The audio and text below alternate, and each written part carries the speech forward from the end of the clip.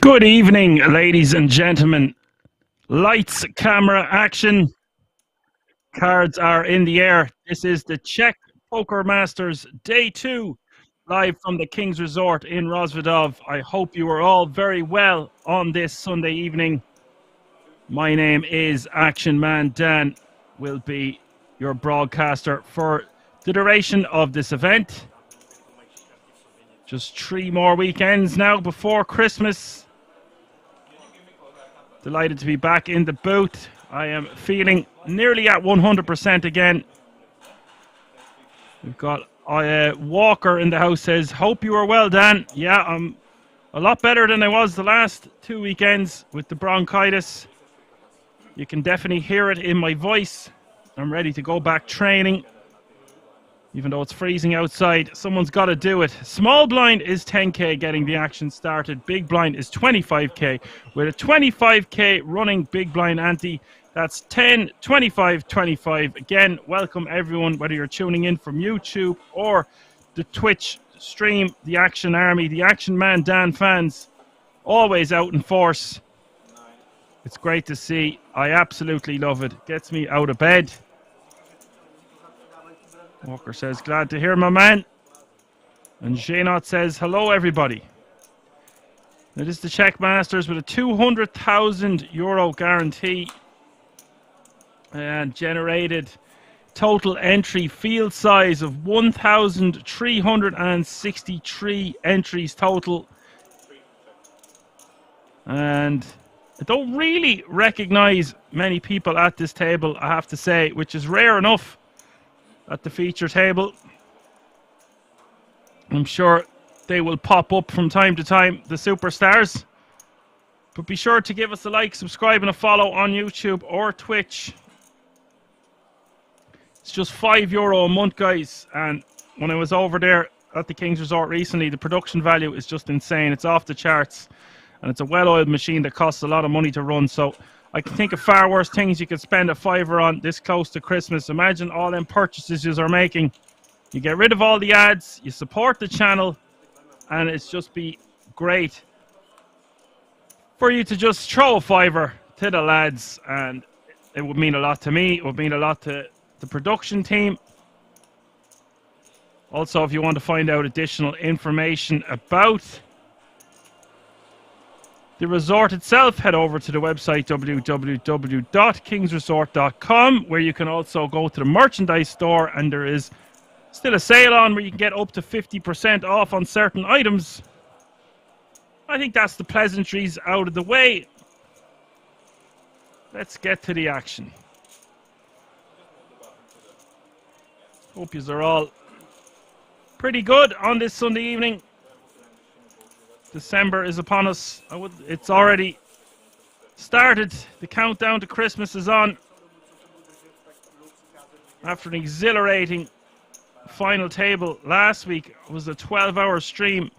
The winner taking home €75,500. A really, really nice sum of cash to be bringing home to your family for Christmas or whatever the case may be. You just buy a new car and driving home for Christmas. I'd say they'd be delighted to see your faces, all right, with a trophy and the guts of €100,000, including a 10k ticket to the World Series of Poker Europe main event taking place next year. I see a comment coming in. This is English only in the chat, please. English only in the chat.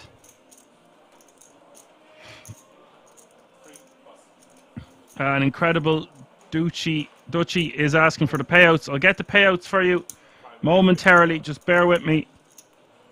Marcel is going to open here to 50,000 with the pocket eights from mid position 1. They are thereabouts. Looks like there's a lot of chips at this table. See what happens. Fresh on the button here. This is a bit of a tricky spot here for Fresh. Could re-pop it. You might see him just flat. I think flat's probably the best option considering we have the button.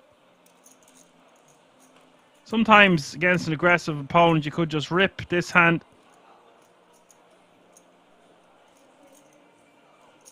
But I think because we're on the button we just want to see a flop in position. Why not?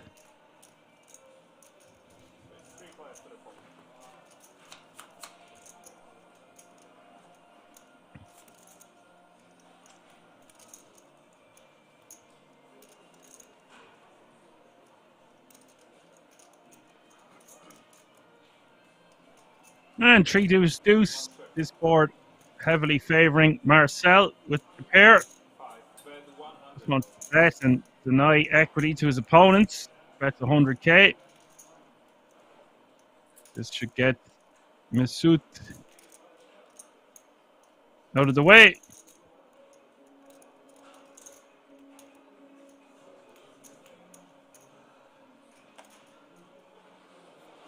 And I don't think Fresh will be continuing either. And it's just going to be a nice pickup for the 8th, uncontested. What harm? Take it down. Move on to the next hand.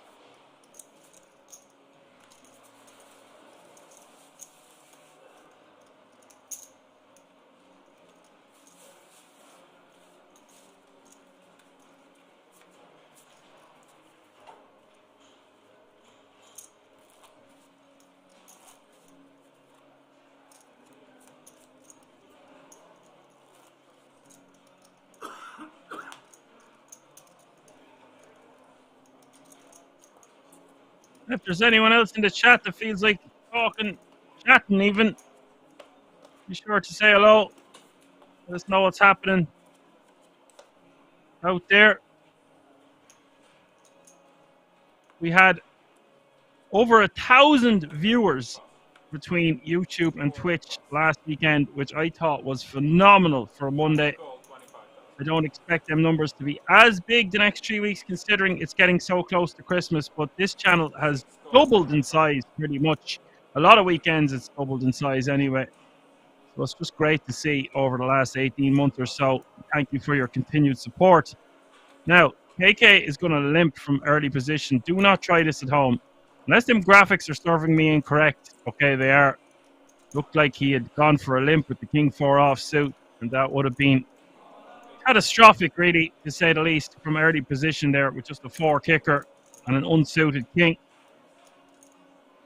But as it stands here, Marcel is going to limp with 10-9 of diamonds off a very large stack of over 70 bigs. And we've got Yurt 7 raising to 85k from the small blind.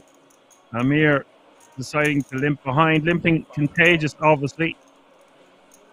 Speculative limp behind with just 8-5 suited. Expect the unexpected at kings. Always say, always a surprise around the corner at kings. And Edward Vertazzi tried to sneak in behind on the button with 10-8 offsuit, but this should be enough get him out of the way. Problem is, there's 270k out there, and it's just 60k for him to call.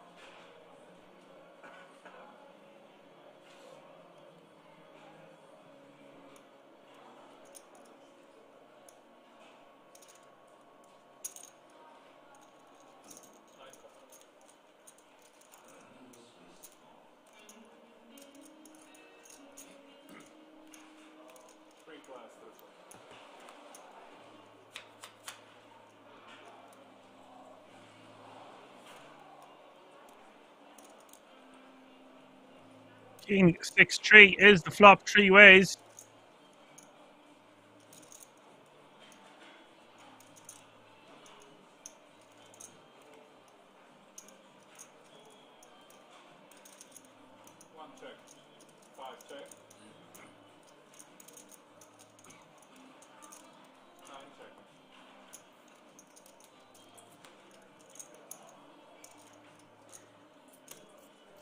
Jack of clubs on the turn. And Yurt is just going to bet 50k here. Take it down.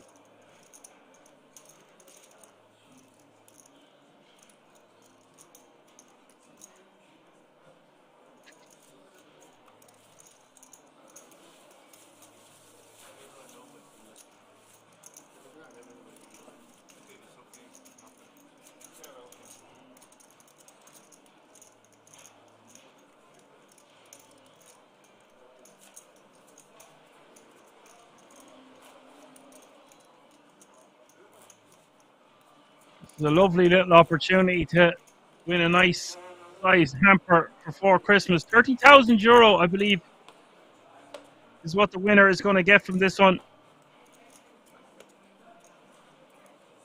1,363 original entries.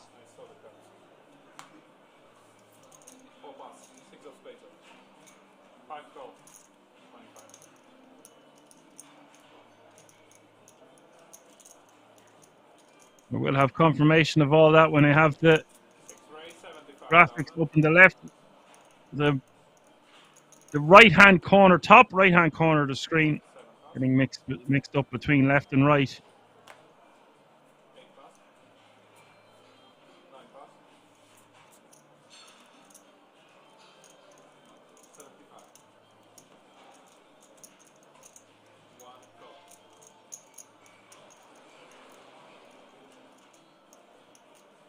Yurt is going to call for 75k with pocket 8 on the button. Amir with pocket 10s, the original opener. Marcel limping. Seen a lot of limping going on here the first couple of hands. Seems to be the way of the table. Granted, it's only been 3 hands or so, but there's been a limp every hand.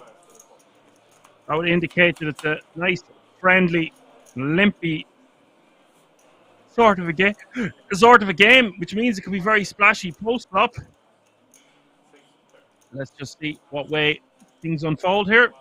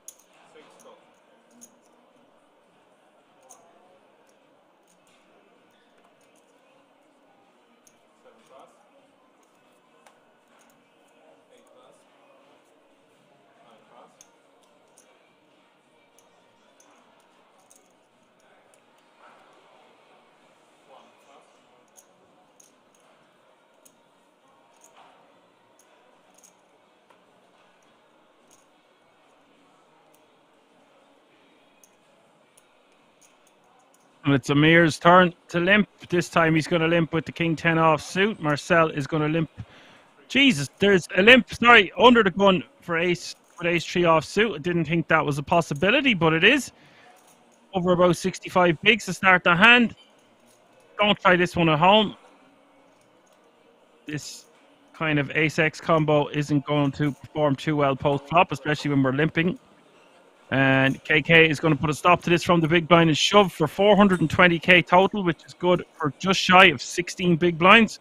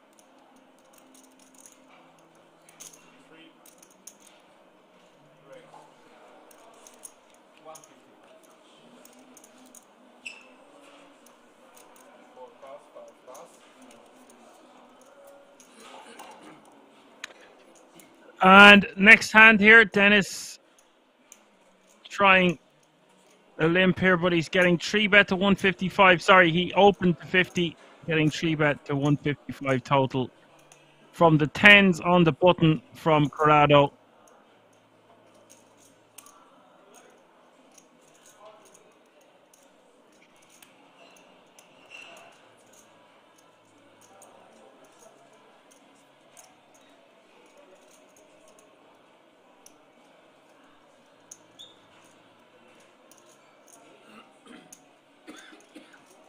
Dennis, who I actually, on closer inspection, do recognize. Yeah, he is a King's Resort reg.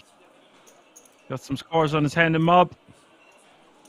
I don't think Dennis should be continuing here, even though it looks like a nice, sexy, pretty hand to continue with. 8-7 of hearts.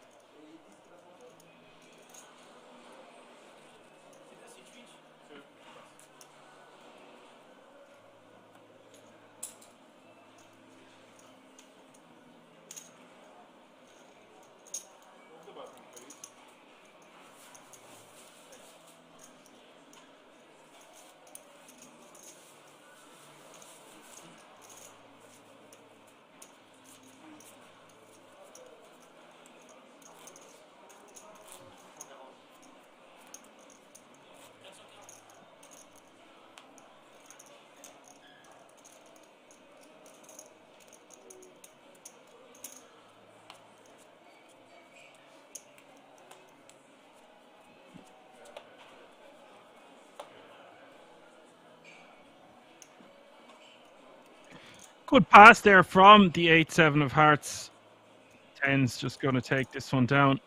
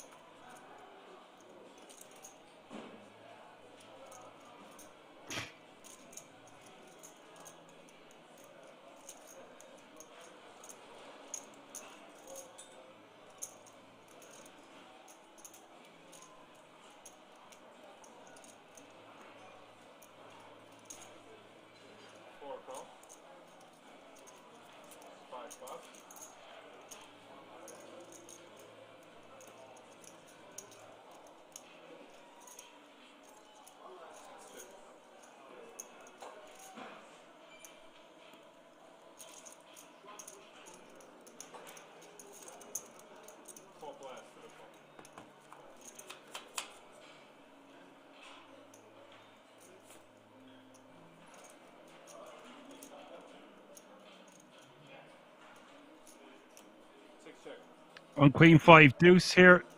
Really nice flop for the 4-3 of diamonds.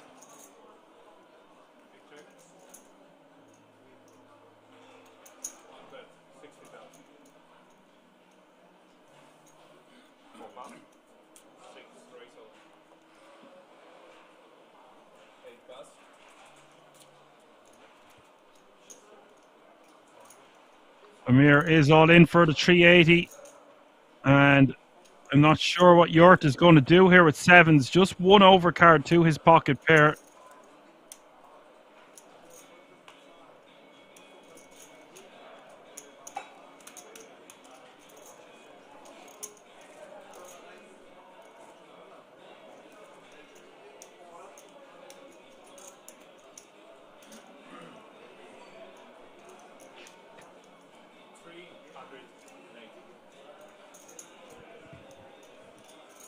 And Yort is going to call here.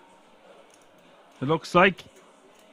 Sorry, it's 320k more for him to call. His body language is indicating he was actually going towards his chips, but then he decided to muck his cards. Really nice pickup there for Amir, uncontested. Bad to take that one down when we 4 high, albeit with a world full of outs and possibilities. Does take down a nice pot.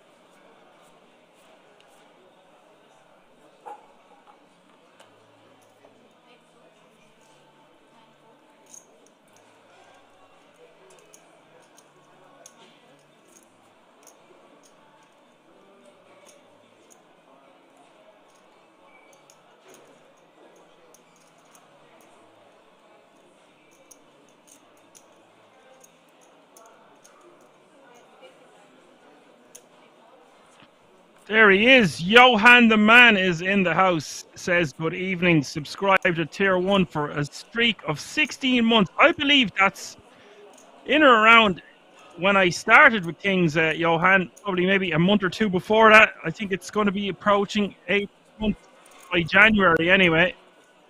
Nice to have you with us. Great to have you with us. You've only missed the first orbit.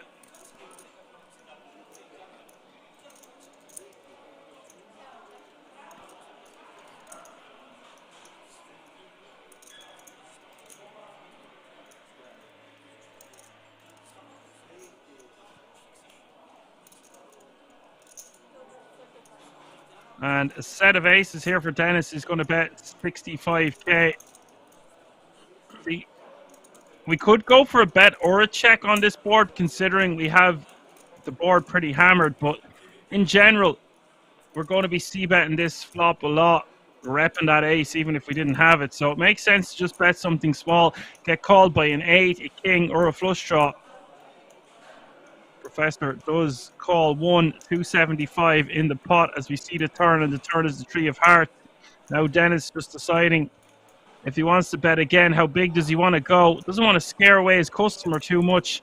If I'm betting here, though, I want to bet an amount that would set up a river jam, but maybe that seems like a bit greedy. So I think we size down again and try get 3 small streets instead of going for that greedy large sizing.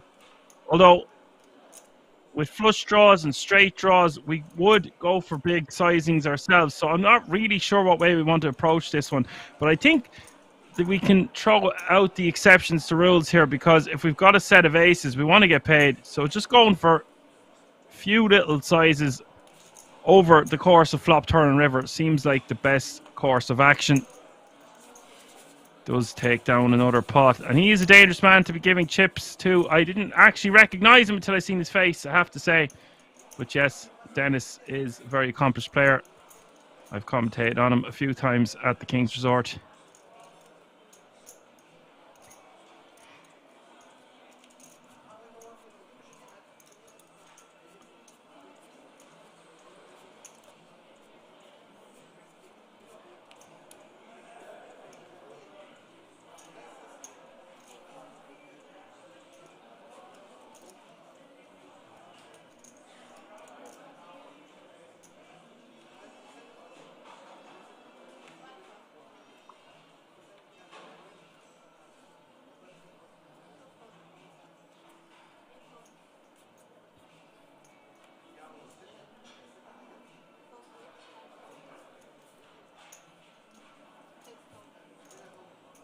Well, I don't believe my eyes. There's Alan F. Poker dropping by to say hi. He says, Jesus, you sound so much better than the last time I tuned in, Action Man Dan.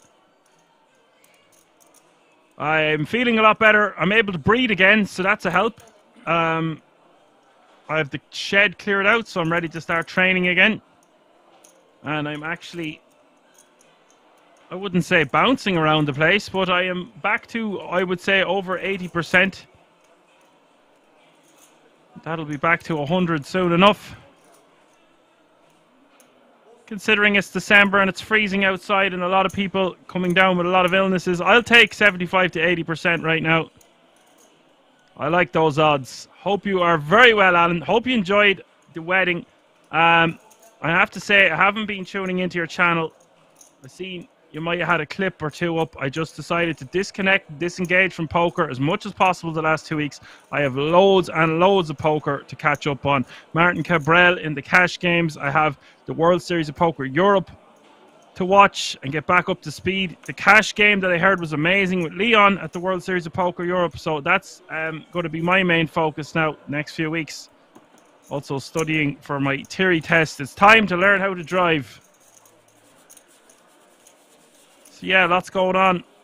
Hope you are very well, my friend.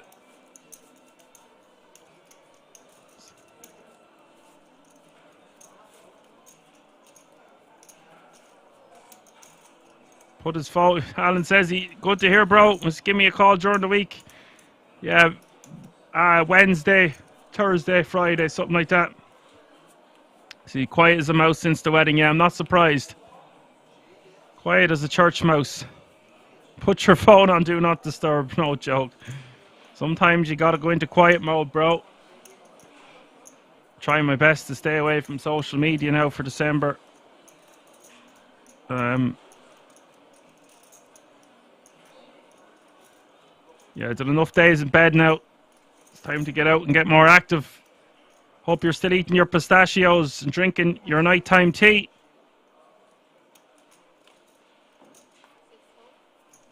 Meanwhile, back at the ranch here, Marcel is going to limp again. This time from the hijack with the Jack-7 offsuit. Again, do not try this at home.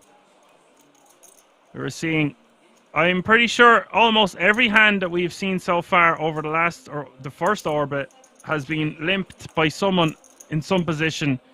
Usually starting from early position.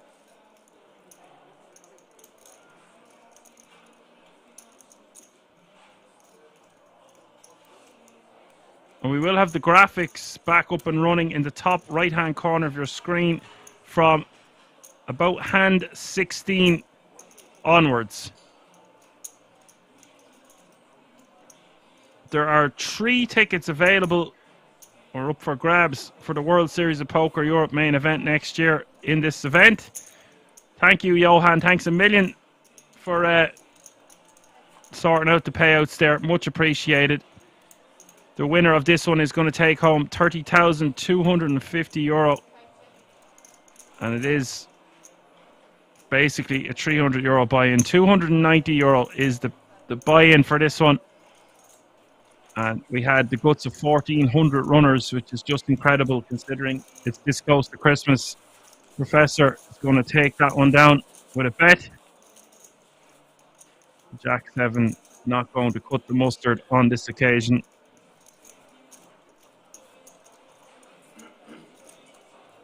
I see Alan F. Poker. If you like cash games and want to learn midweek, guys, definitely head over to his channel. There's a wealth of knowledge to be extracted from it, and I believe he's broke into the 1K NL territories. So best of luck with that, Alan.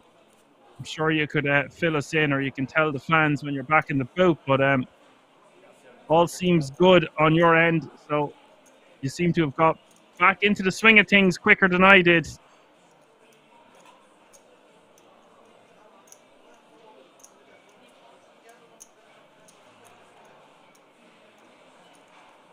I wasn't firing any bullets. The only thing I was firing on was the radiator and wrapping myself in several blankets for the guts of 2 weeks there. But Alan, I was just telling as well, we had over 1,000 viewers there last week, which was amazing to see between YouTube and Twitch. So things are on the up and up. Great to see all the support.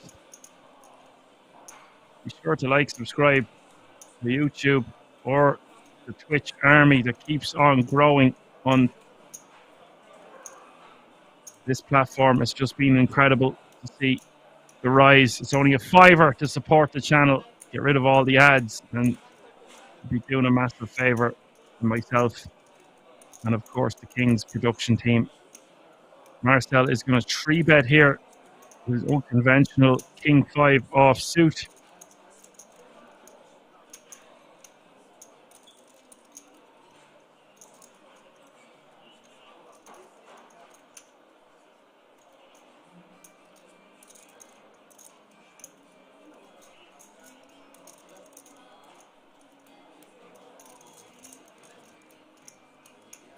Natural plugger, Alan. What we do, home site.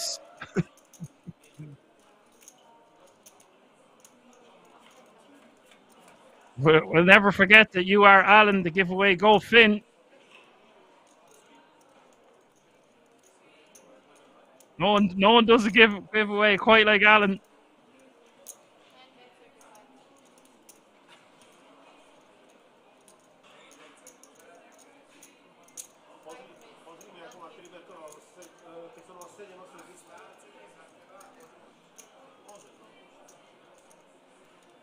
Marcel is going to raise to 150 here.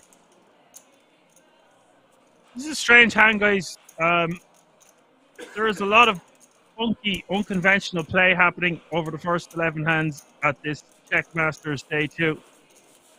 Oh boy. Lots of interesting things to talk about, which I love.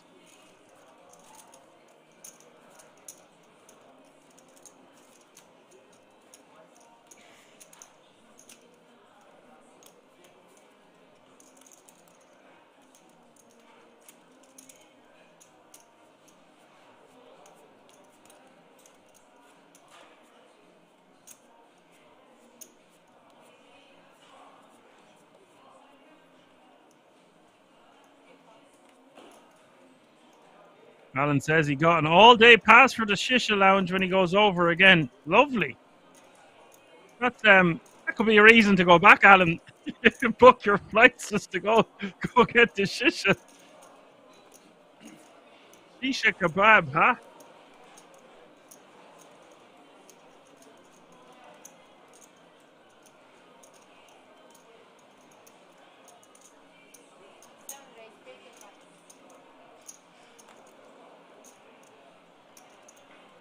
Shisha Lounge is deadly over there. I love all the lights.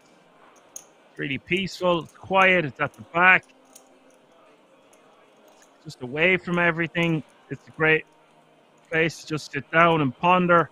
I didn't happen to get a shisha when I was over there for fear of losing my voice or something happening.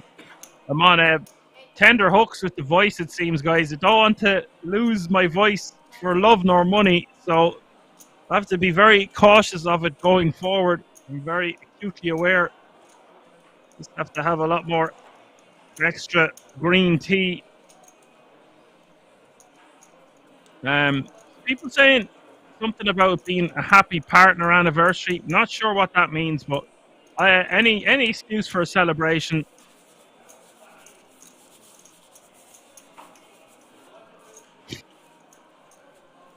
Yes, obviously Alan could not win the iPhone, even though he was giving out codes like they were going out of fashion. It was great to see.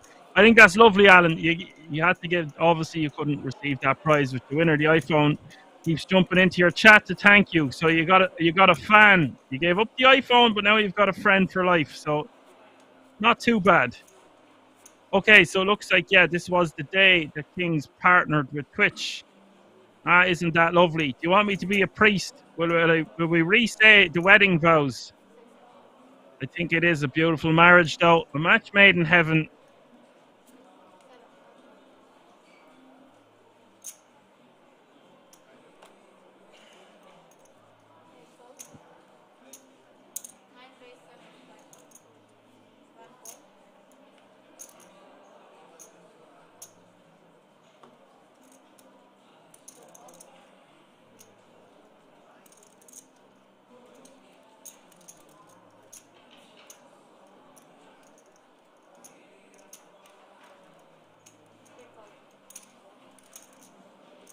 The ace-10 is going to raise to 75k, and Corrado going to defend with the fours. This flop favouring Edward, obviously, on the ace-9-9.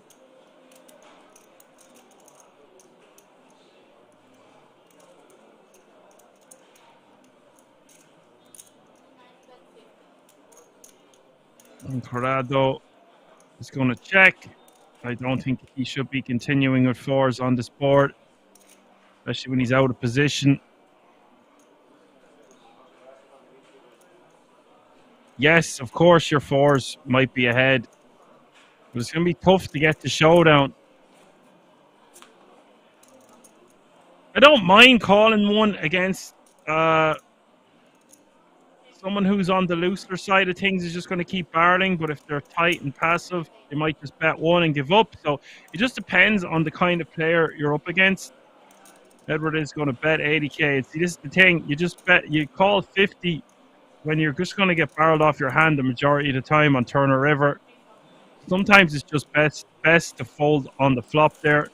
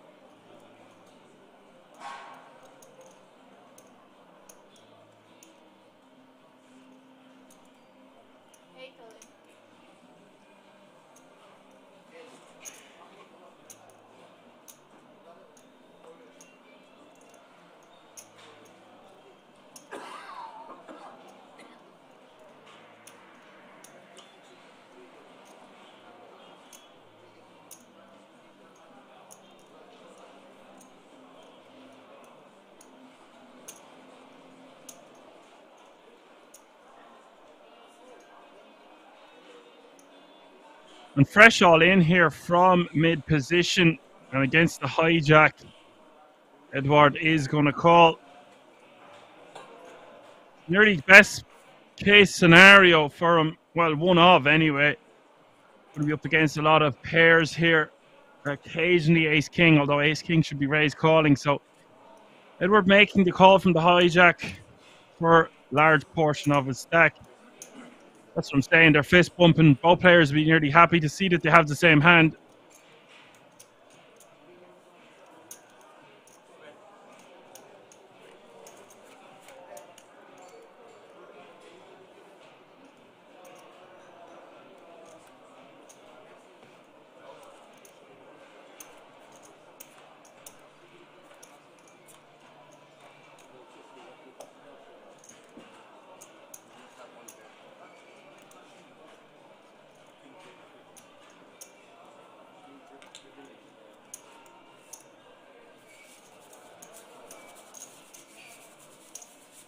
And they will chop it up. Not much to talk about there.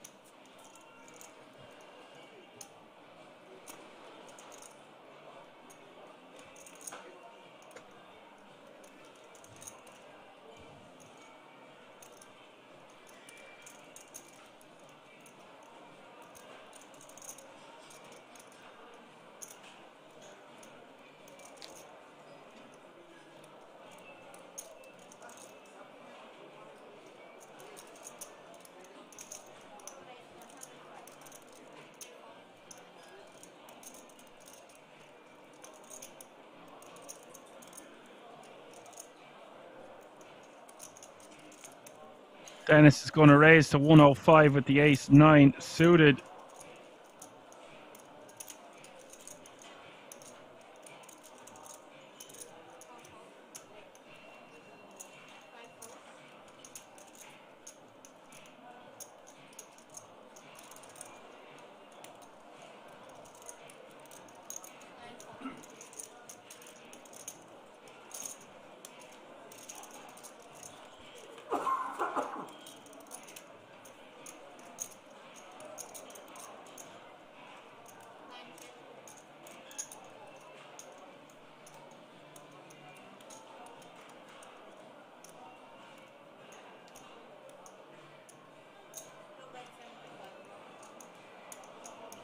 Top pair for Dennis. He's going to bet 75k. Little does he know, Edward sitting there with two pair, top two.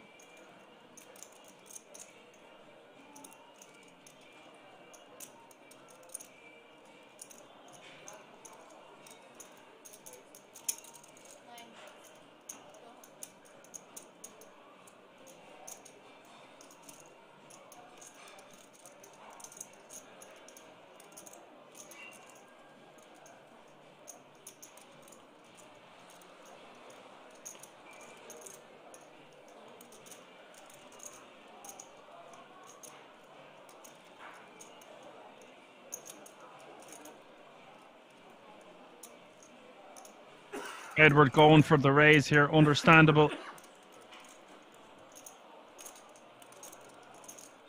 For Dennis, it's going to be very difficult for him to get away from this here. Just deciding whether he wants to call or just even repop it, get it all in.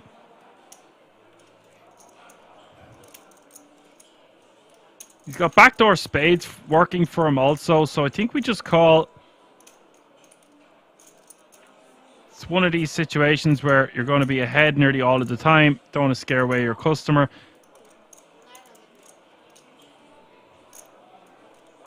It's a pretty bad card for Dennis because it pairs the board. Very difficult for Dennis to get away from this here. Edward shoving for 470k total.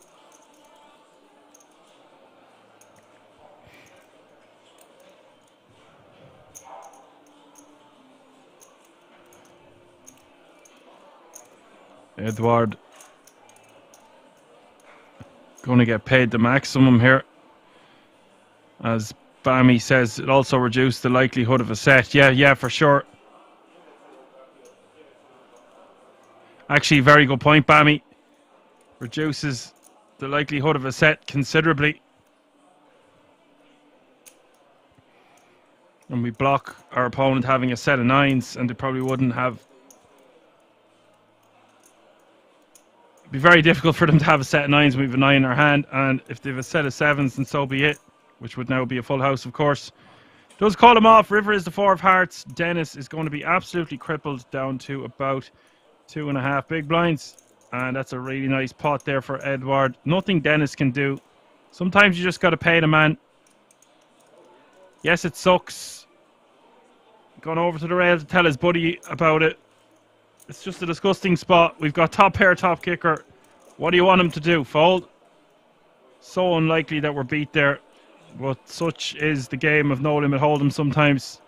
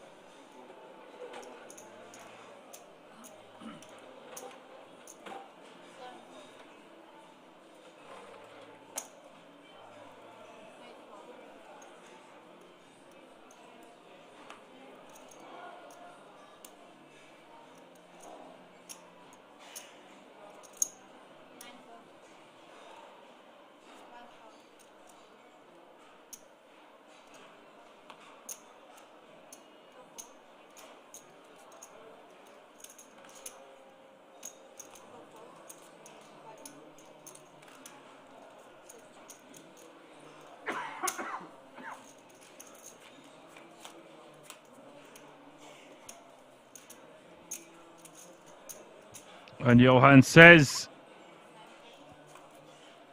Osmo in the house as well. What's up, Osmo? Johan says in 11 days he's at King's playing the Dutch Grand Final. Best of luck with that, Johan. I will be in the booth for my final broadcast of the year, I believe, this Sunday and Monday. Then I have an exam, and then I have my birthday, and then I have Christmas, New Year's, and then we will kick in the door for 2024.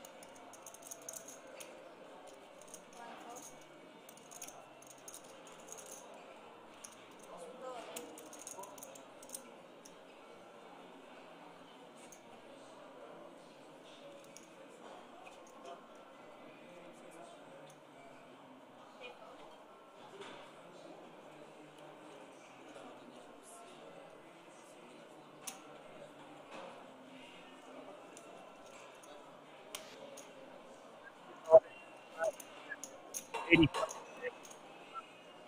to go, by the way. 15k is the small blind, 30k is the big blind with a 30k running big blind ante. That's 15, 30, 30.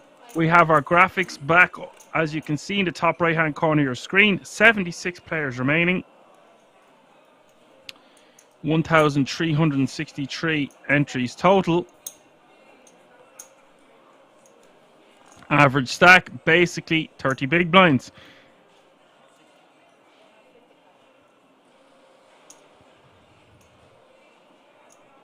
KK all in over the top.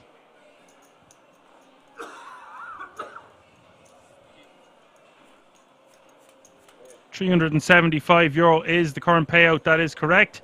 6-3 deuce is the flop. KK down to 19% equity. And Dennis, a spin and win type situation for Dennis after losing that huge pot with ace 9. 245 in this one. We'll get him back to close to 10 big blinds. Not a bad situation to be in. It's never over. Gives him some form of a doggy life.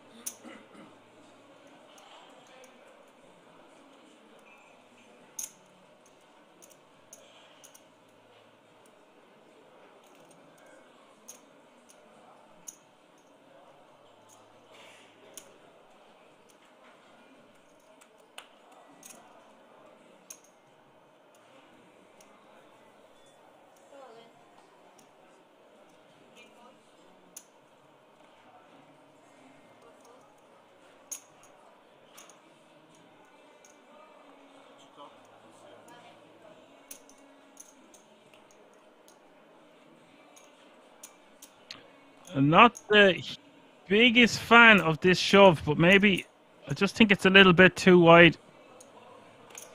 Marcel is going to call. The ace-6 for Dennis is going to get called by Marcel here in the cutoff with a very pretty king-queen of clubs.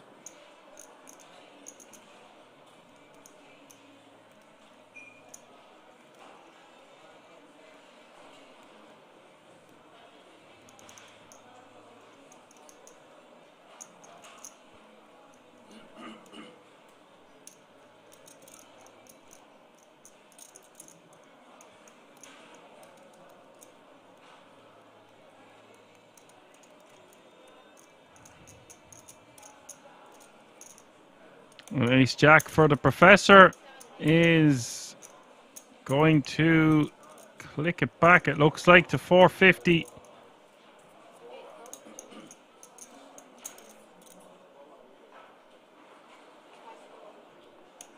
I guess I like this click back because it's going to put Marcel in a very tricky position, but the other side of that is it's very cheap for him to see a flop in position.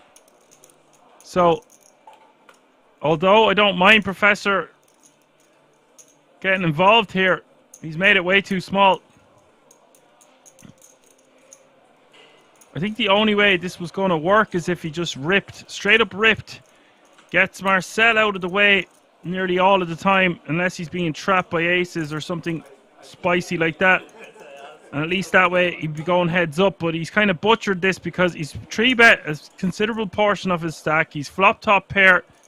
And now, although he's got the best hand, he's very lucky that it's not a different flop. Now, just has to decide what to do. So I think we go for a very small sizing on this innocuous ace-8 deuce board, something like 250. Yeah, perfect. Goes for 235. I like this. Marcel calling here in the cutoff is obscure. He doesn't even have any backdoor clubs. Now Professor just has to shove it all in.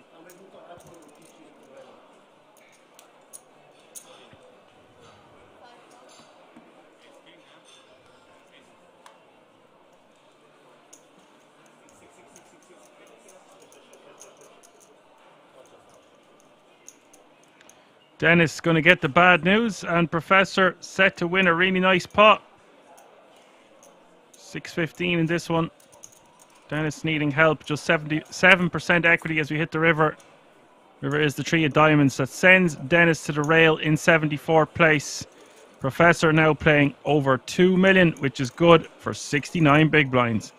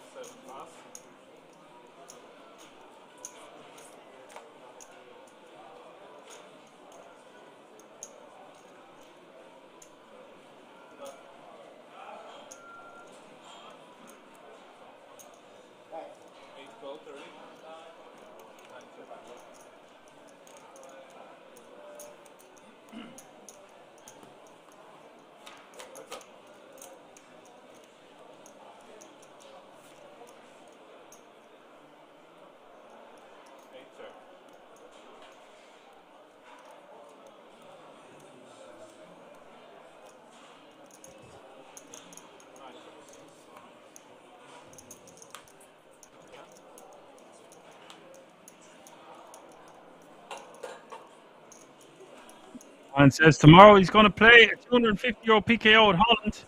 Best of luck again, Johan. You're getting around superstars on tour.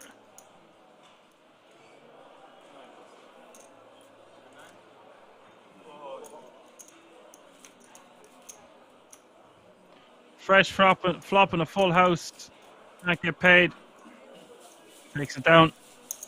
73 players remaining, which means there's a pay jump looming from 72nd place to 71st place, from €375 to €440.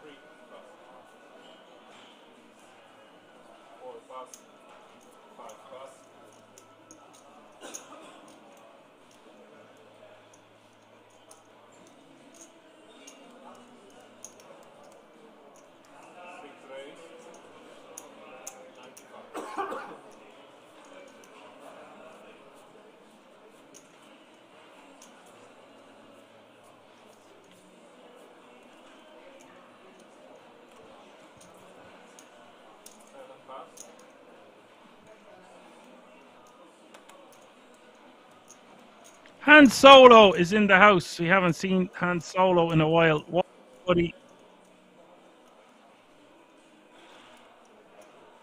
Got action here. Amir in the hijack, raised to 95k with the Jeffries. Fresh on the button. I think he just wants to be rejamming this one against a late position opener.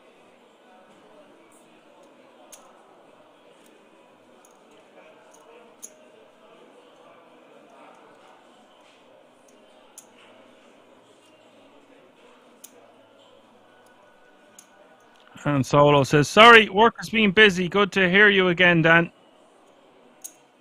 Thanks, man. It's good to be back. Yeah, I realize there's a pay jump of about 60 or 70 euro here, but I think Fresh should just jam from the button.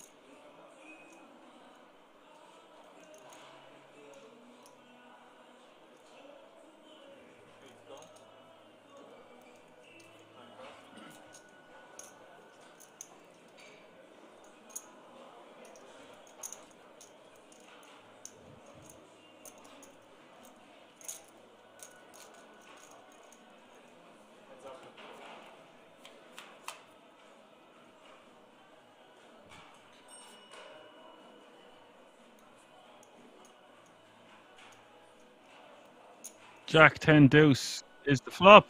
Set for Amir. Fresh saves his tournament by not rejamming pre. And now will essentially lose the minimum, it looks like.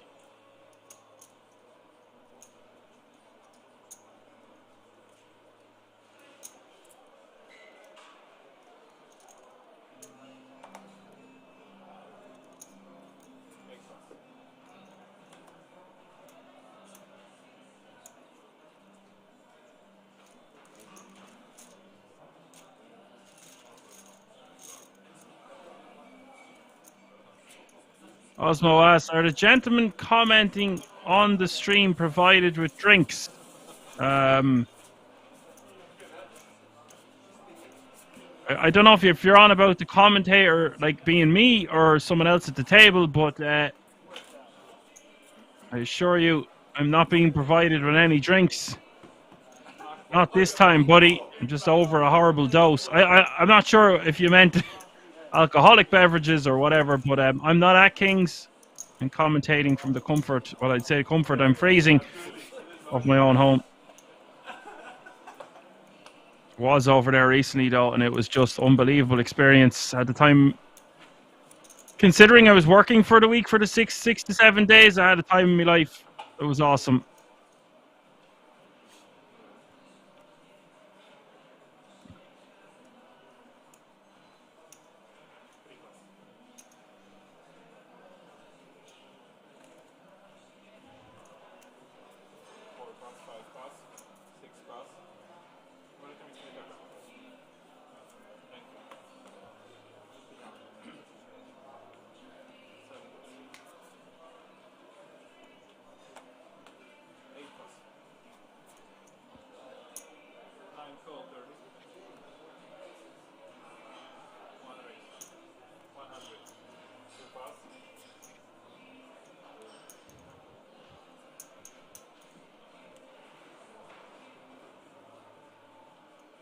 Yort is going to raise to 100k from the small blind with ace queen off suit, and Edward is going to call.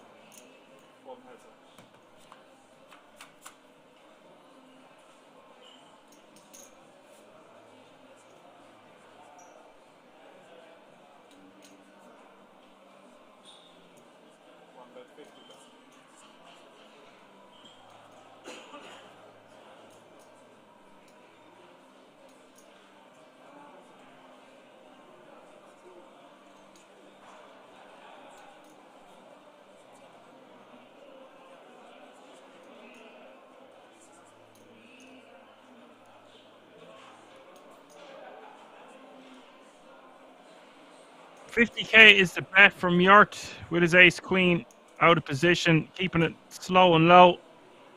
Like the sizing, we can see it's not going to work.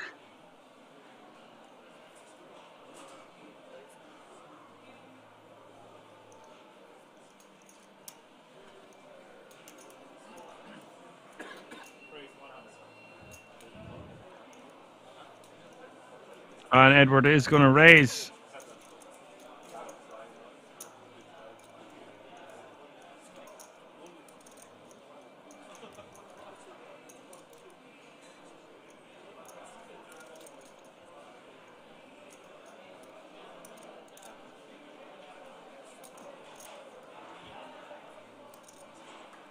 This is a very interesting click raise. I was trying to figure out, did he just make a 50k on top? Don't think there's any reason to be doing that in position. Like, we're not afraid of anything. If our opponent has nothing, they're just going to fold. If you want to give them the opportunity to continue barreling, we just want to call. It's going to be tough to get value from worse. I mean, maybe not for just a click, but we can see on this occasion just takes it down. Hand Solo has a question. Dan, if I've been before to Kings, is it possible to get a rundown of the hotel rooms connected to the resort? At the homepage, there are many options and prices. I actually, because it was a last minute thing for us to go over to Kings.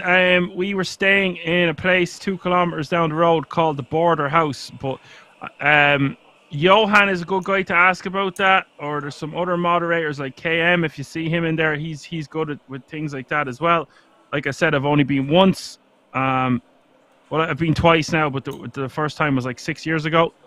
So it's the people that are there frequently that you want to be asking them questions to. I do know you can get rates that are under 100 a night, though. I believe that's true anyway.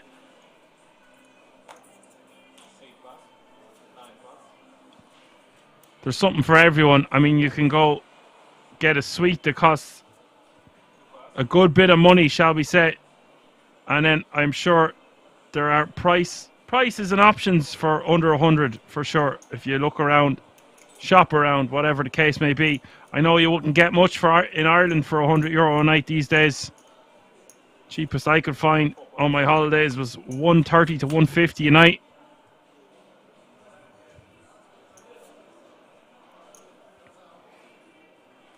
What a flop here for Amir. Han Solo asks, is parking safe? Now, yeah, there seem to be ample places to park anything. Yeah, obviously, when it's busy, it's tough enough. It's not tough enough to find a space. You just have to drive around. There is loads of different options for parking vehicles. So, Kings have you covered there. When you're there, you'll realize just they've got you covered for everything. It's just the pure magnitude of the place is just massive. It's just something for everybody's buy-in level, shall we say. Now, Marcel is going to bet 50k here, which I don't really like because he just has the arse end of the straight, as we call it in Ireland.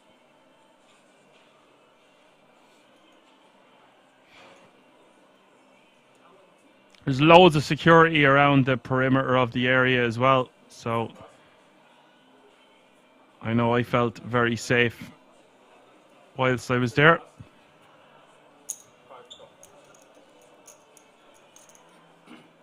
Amir is going to raise to 110. Don't mind this from Amir, considering it's on 10-9-8. There's a lot of action killers, etc. It just sucks when our opponent folds. Looks like he is going to call for the 60k additional. 385 in this pot now as we see the turn. Turn is the king of clubs.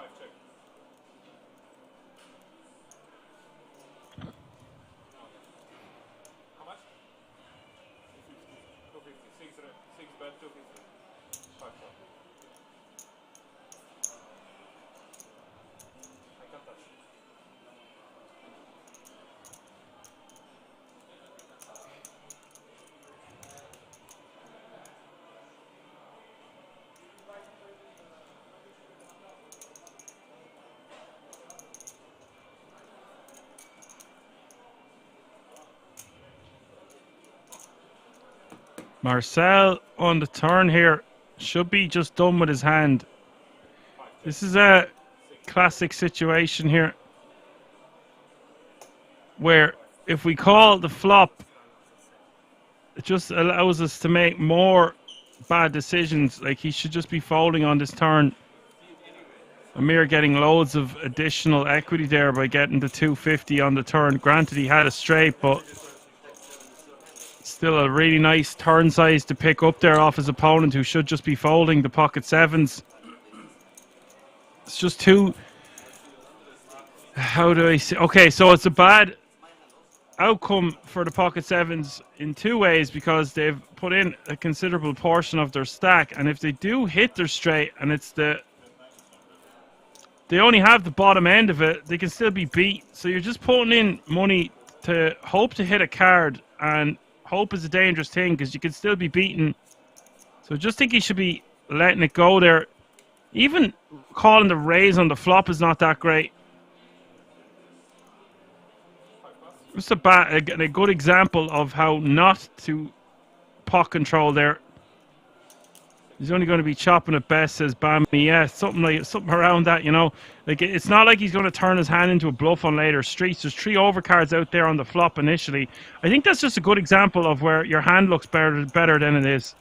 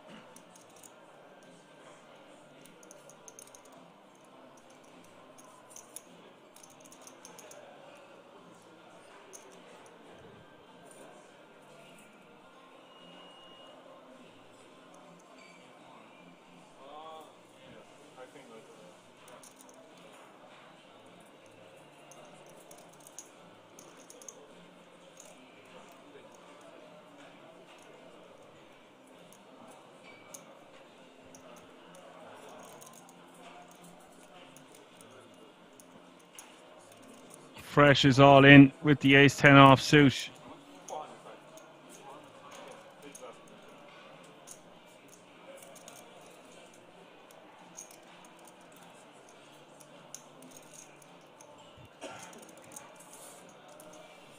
And KK in the big. 8 bigs behind.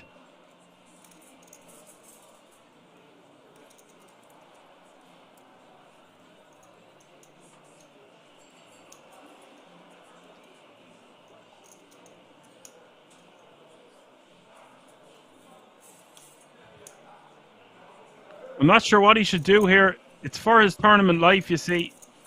Decides to just let it go. I think if we have any less, we just kind of stack off. And any more, we can start thinking about folding. It is a good hand to gamble with.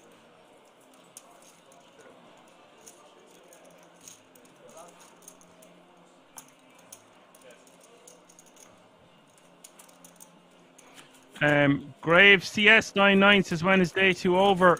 I believe it'll be the usual, where we either play out all the levels until we're told basically you're level 20 of 29, something like that. So we usually play down until there are 24 players remaining. And then usually we just come back on the Monday. So tomorrow, 2:30 Central European time, with 3 tables of 8 is the norm, and we play down to a winner from there. And the winner of this event is going to take home €30,250.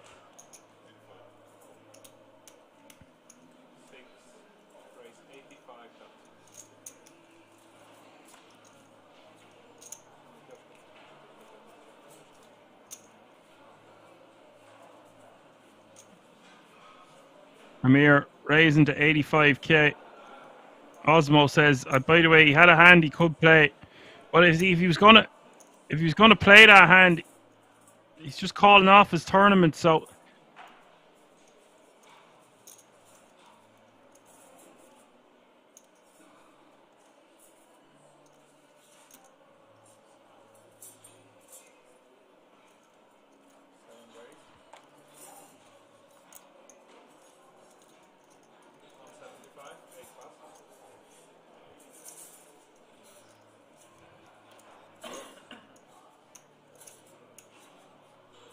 Grave says, that's a bit of a shame. Would love to come to Rozadov and play, but I'm only free on the weekends.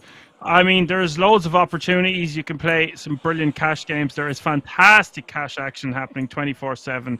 There's also other options, one-day tournaments and the likes. So there's something for everyone in the audience. I would not let that deter you from going on a weekend trip to Kings. Go see the place for yourself. Come back in the chat and let me know what you think. Amir raising to 85. 3-bet by the professor. Edward is going to overcall. This is a fun hand, and they're relatively deep. You've got 40 bigs playing, 65 playing over 50. We'll see some fireworks here. Now, although there is an open and although there is a 3-bet, there is so much dead money out here, I would find it very difficult to fold king-queen suited from the small blind with just 8 bigs behind. Personally, I know your hand looks stronger than it is, but king-queen plays very well post-flop.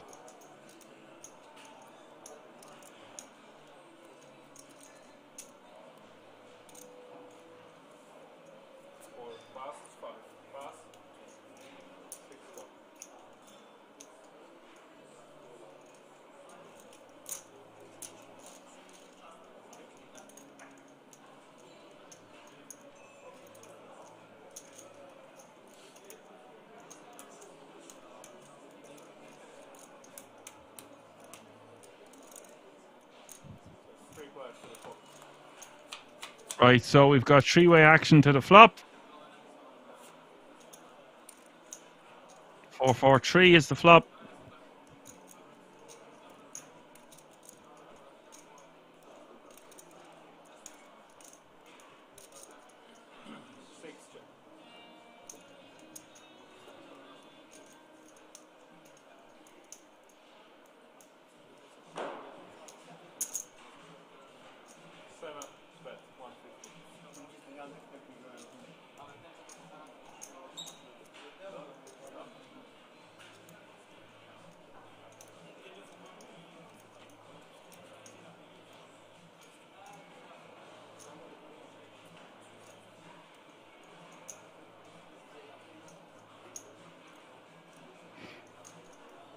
And on 4-3-4 here. 150 is the bet from Professor. I mean, you're going for a kind of a pot control-y check. A lot of the time, we just want to be betting nines, even if we are against two players out of position in a 3-bet pot. But I think it's the 3-bet that stops us from leading. So that makes sense. As long as we're not just going to fold for one small bet. I think our only play here is to call. Even though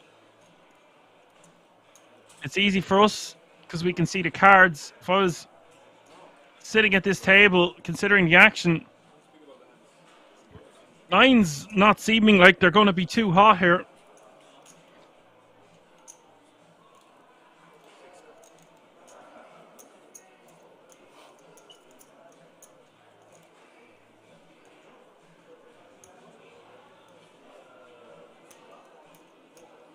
Betting a call.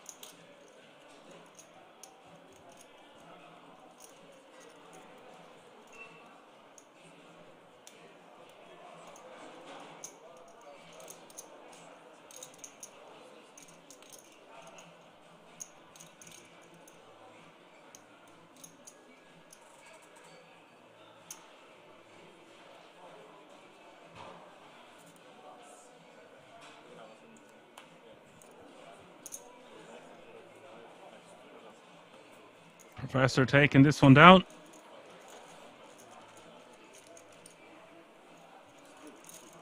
Getting Amir to fold with his pressure and the second barrel. Nice play there from the ace king. Like I said, the way that played out, I would probably be putting nines in the muck on the turn there also. Just repping incredible strength. Shows the power of the 3-bet pre and the double barrel. Professor now 33% of all the chips in play at this feature table as the blinds have just gone up to 20, 40, 40.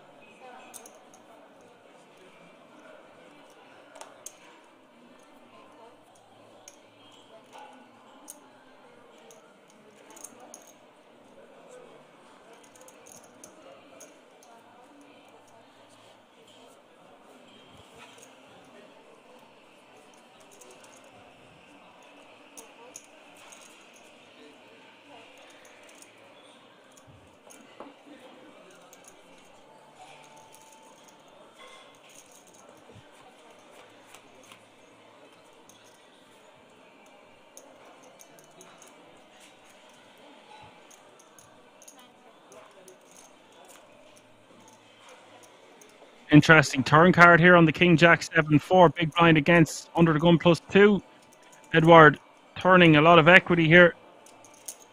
43% of it.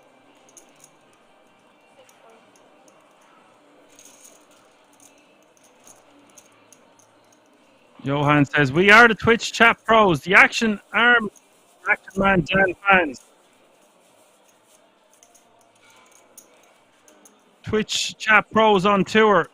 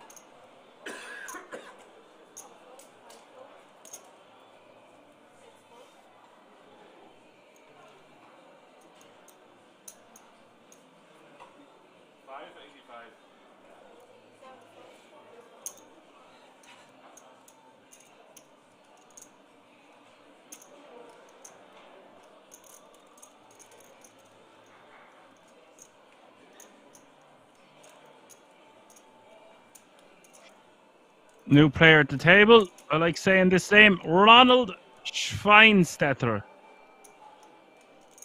is in the house. This looks like a bizarrely large shove here.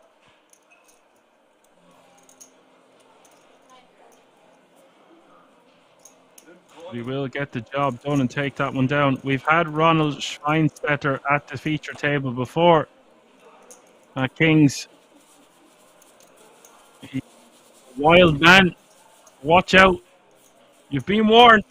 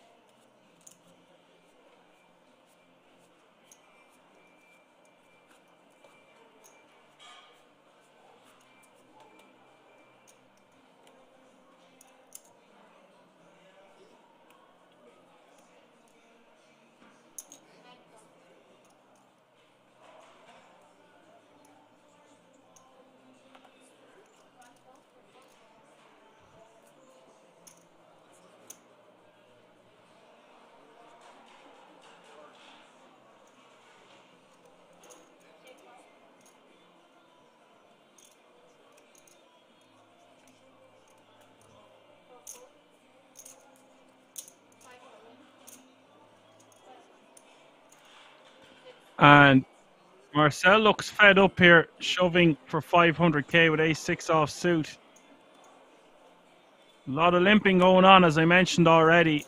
This time, Edward using 9s under the gun.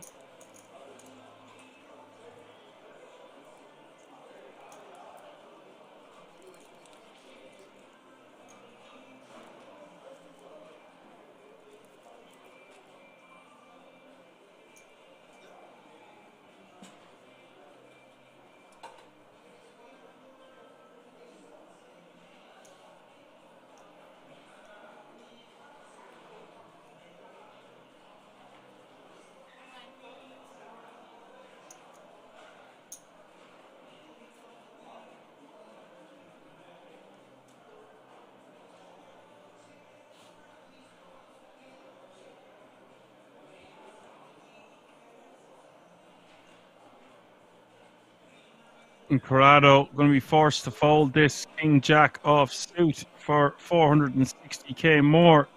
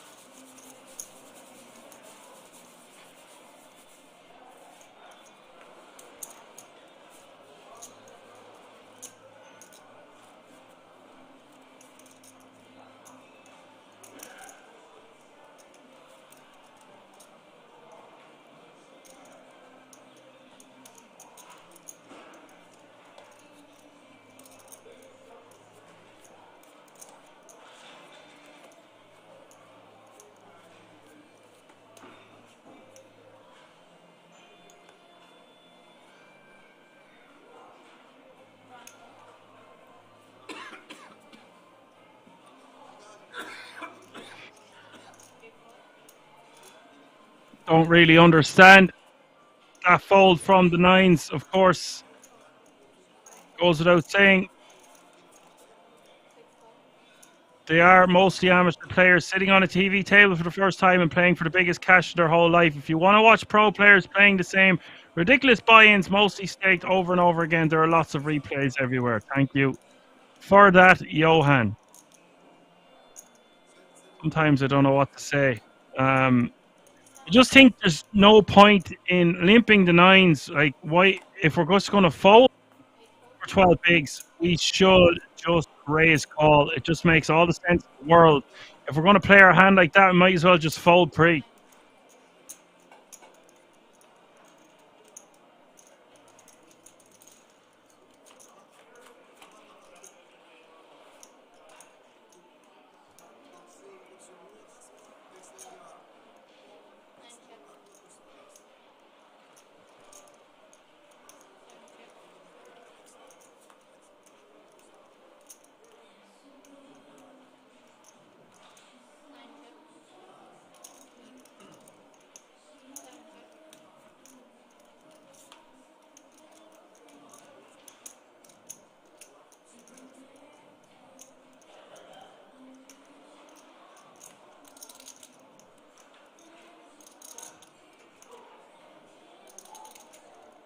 Flush here for Professor on the river.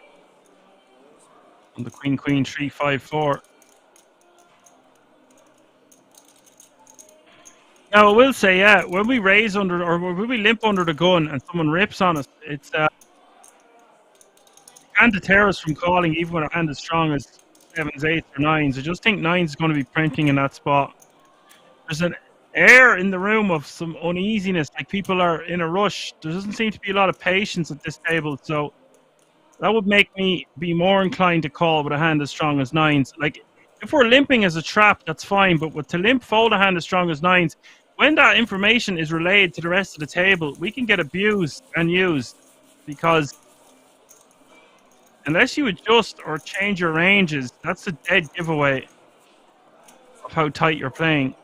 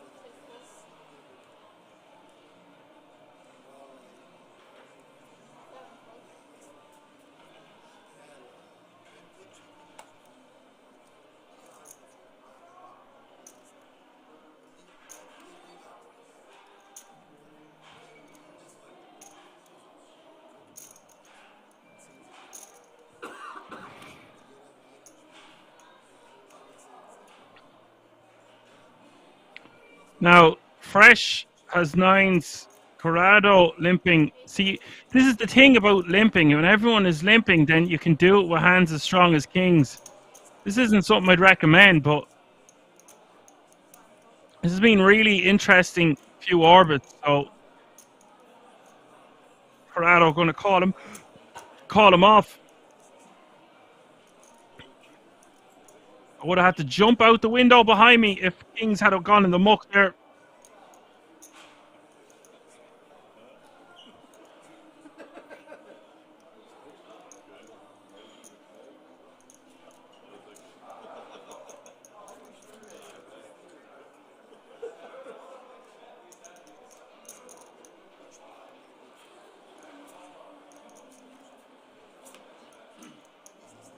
And Fresh has been eliminated in 62nd place.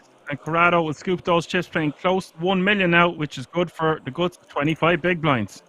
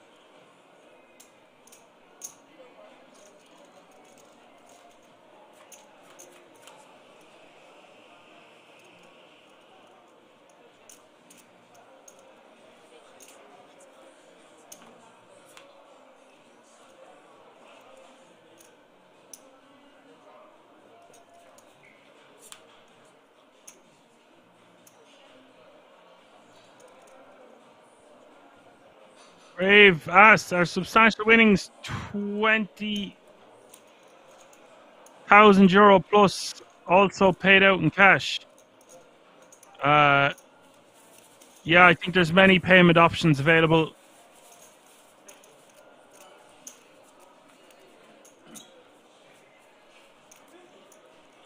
And it's closer to 40. It's over 40 grand, including the ticket. The 30 grand is just the payout itself. And the top three will get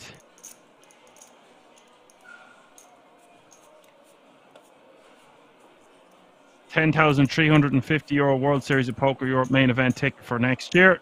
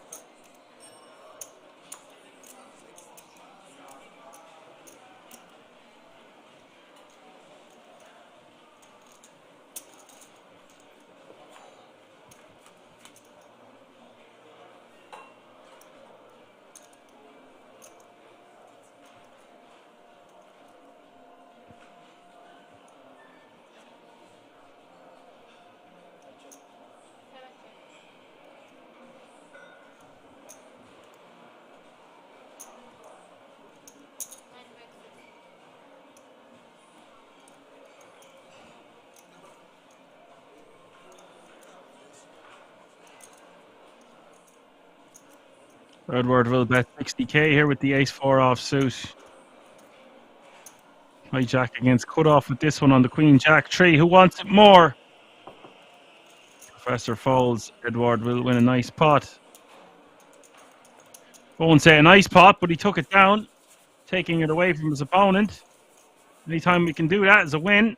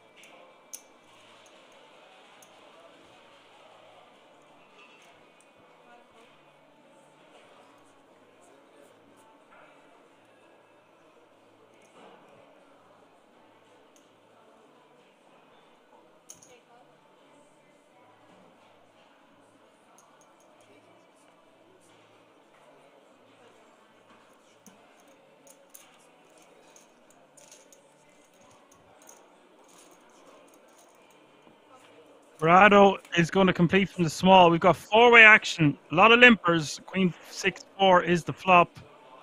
Amir flopping best with top pair. Not much else going on for anyone. Corrado with some back doors.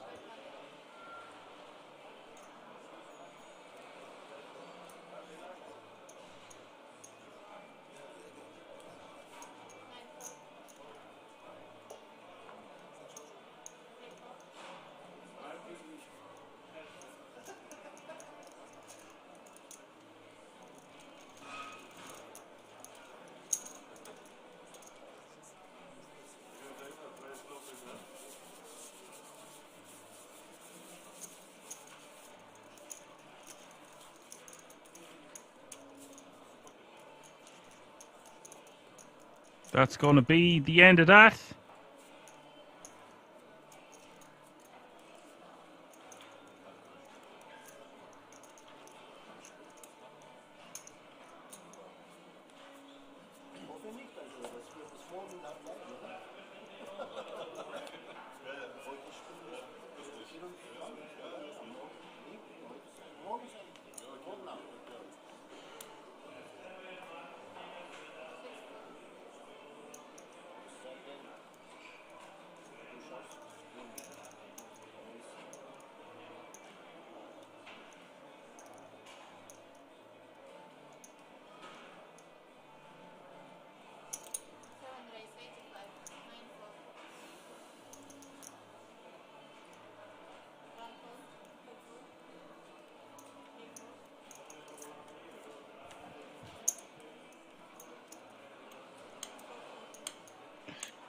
Yeah, some various comments coming in there about winning the 10k ticket. So I think it's awesome, personally. Some people would rather have it in the prize pool, but they're not saying that when they win the ticket and they're sitting there deep on day 3 or day 4 with the opportunity to play for 1.5 million first prize from everything that was kick-started from a buy-in that was from, say, €300 or less.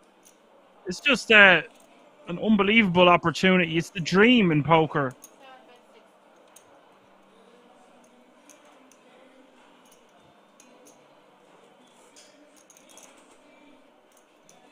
And it's great for growing the game, which is brilliant for all the fans out there, and it's great for me as a commentator.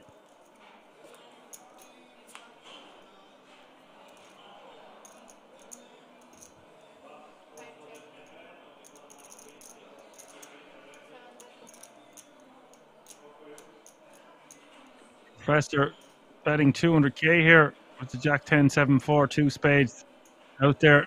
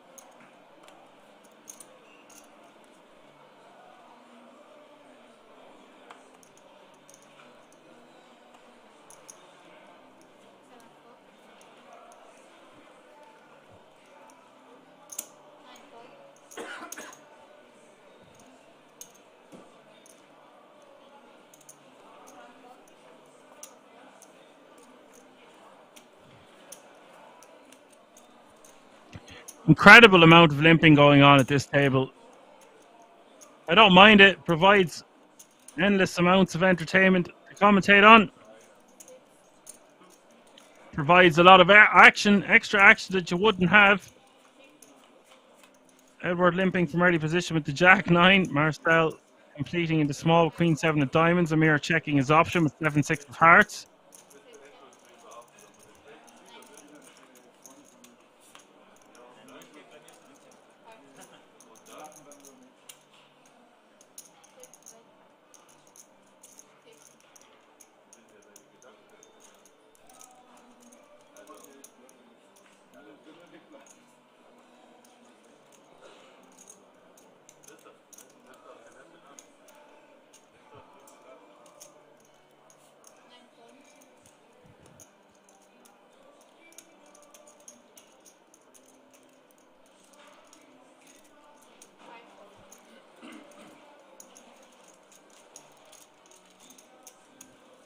Bird is in the house, says he wouldn't care about the ticket at all. Usually play high roller tournaments. 1 million rupees. 50-50. Phone a friend or ask the audience. They're the gummy bears buy-in.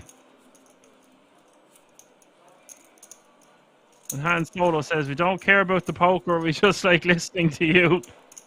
What did you want to listen to me for? Thought you were here for the poker. Thank you very much for your comment, Hans Solo. It's hard being the broadcaster and the analyst. I've thought of starting to do impressions. I could bring in people like Jordan Peterson, see what he thinks about certain hands. We do a lot of impressions, but we want to keep it as professional as possible around here. Well, that depends.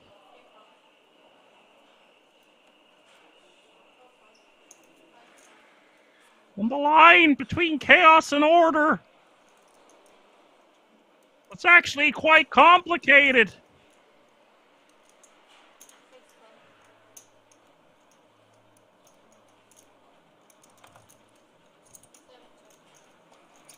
Edward is limping again. It seems to be his mantra. He's quite the limper, this fella.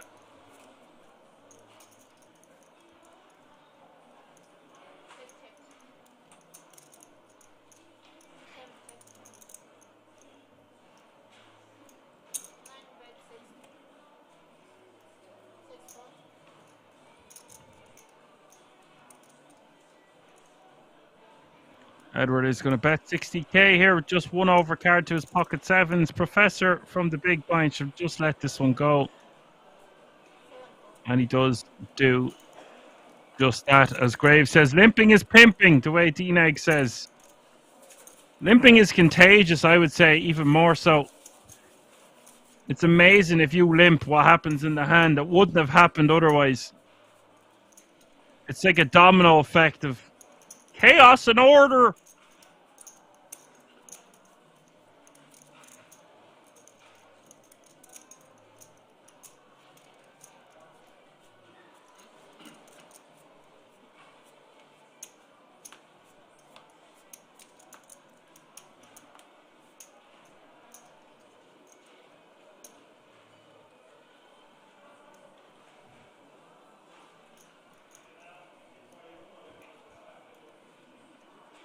Queens for your Tyrrell going. Now, is he going to limp as well? No, that's a raise.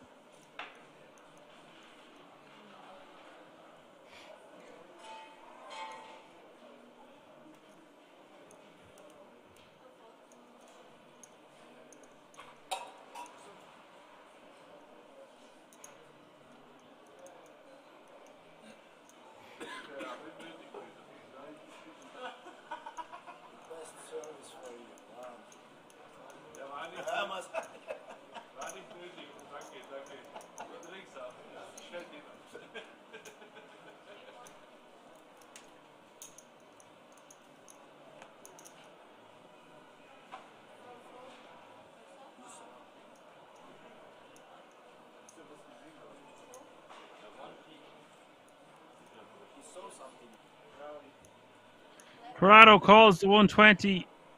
You're the original opener, raising to 120.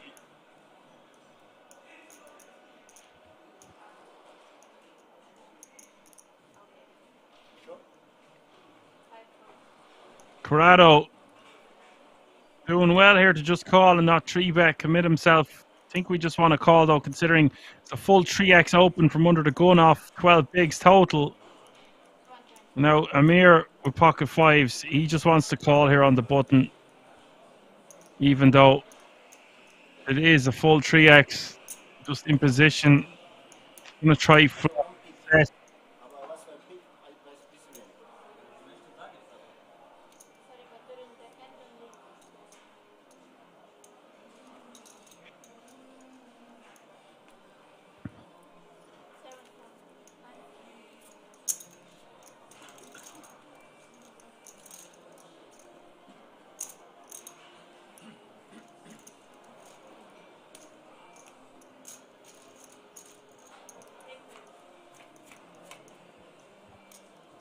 Three-way action to the flop, but it's 10-4-3.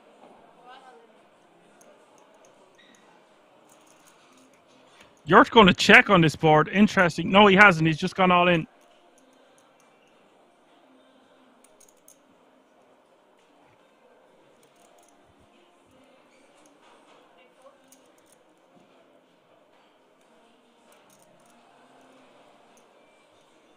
And Amir just facing one overcard, but because it's such a big bet, gets away from it.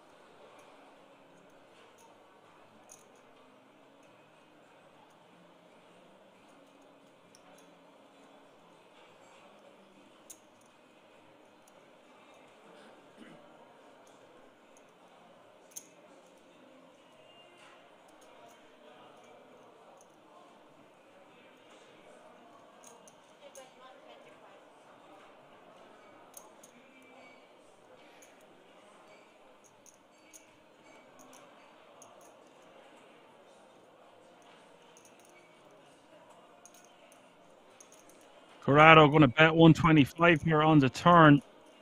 Yurt with a lot of equity wants to be called on at the very minimum, 445 in the pot. I don't know if the cards are wrong or they were reversed there, but that is absurdly tight fold from the 10-8 of hearts. Unless I'm incorrect or the graphics are serving me wrong, the five's getting away with absolute murder. I say what I see. That's what I see on the screen.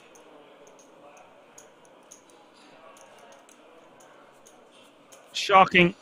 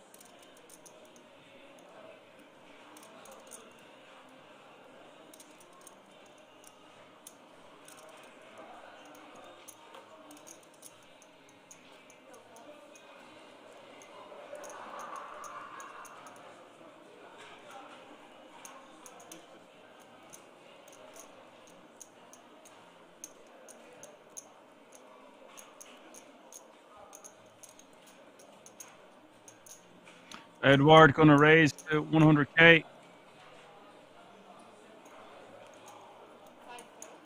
Professor the limper this time. I don't know if I've ever commentated where I've seen so much limping going on. It's incredible.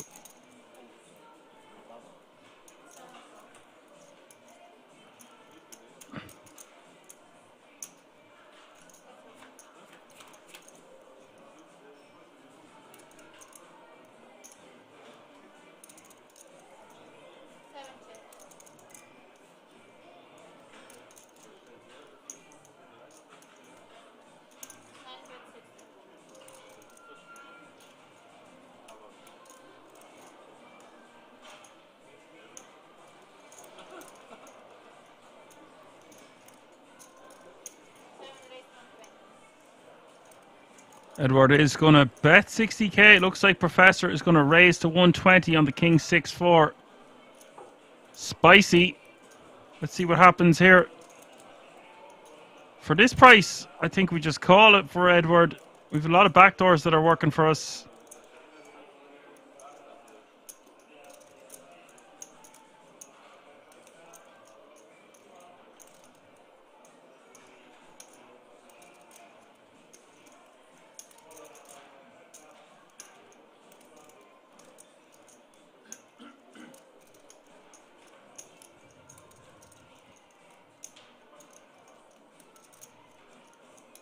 Especially when we're on the button here as well. We're in position.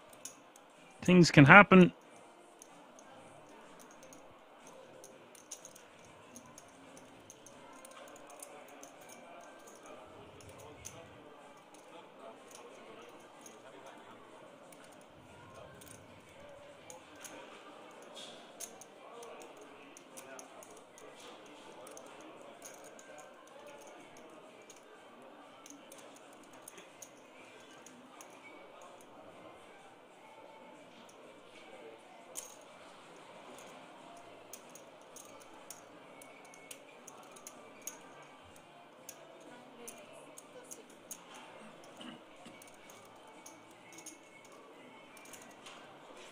Edward is going to click it back here to 260. Interesting. Wasn't expecting to see him do that. A lot of the time you just want to call in position, but gets that one through. Nice play there from Edward. That means we are going to move on to our last hand before the break, folks. Hope you're enjoying the show so far. It's been really interesting opening frame. A lot to discuss, a lot to talk about, a lot of limping.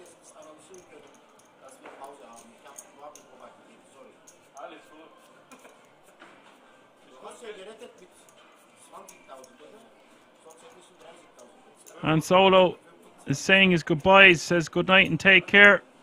See you around, Hans. Thanks for dropping by to say hi.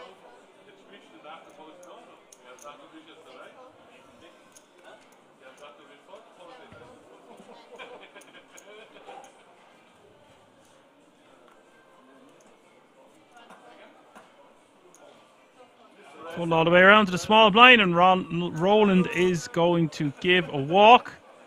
And Corrado will scoop those chips with 10-7 off suit. Okay, folks. We'll be right back inside 15 minutes for lots more action live from the King's Resort in Rozvadov. It's the Czech Poker Masters Winter Edition Day 2. See you all in a few moments.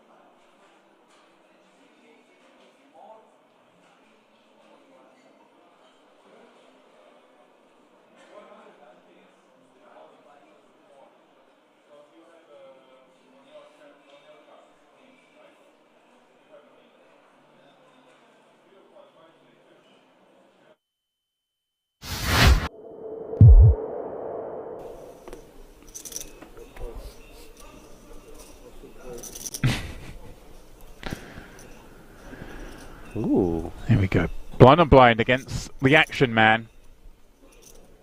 What, 13, 14 blinds and a monster. This is a monster off of this stack of 13 blinds. I guess we could raise it up. I like a raise, but not all in, you know, say make it like 3 blinds or so. You want to charge the big blind to see free flops. He's actually pretty unlucky from Sochi's point of view that no one's open before him, because this would be a lovely spot to get a jam in. Over and open, but as it is, he plays the hand he's dealt. Oh, and he's gone for the... There is a chance that Rajanovsky says, well, I've got an ace, it's blind versus blind, let me just rip it in. He has gone all in. Trouble. Rajanovsky's jam running into the 2 10s of Tochi. Of course, he is live with the over, as is often the case when you rip in an ace-x hand. One of those cards is going to be live, Randy. Button the blazer. Yeah. Glasses on or not for the all-ins, do we think? Well, we do think that the 10s are good on this board. 5, 6, 7.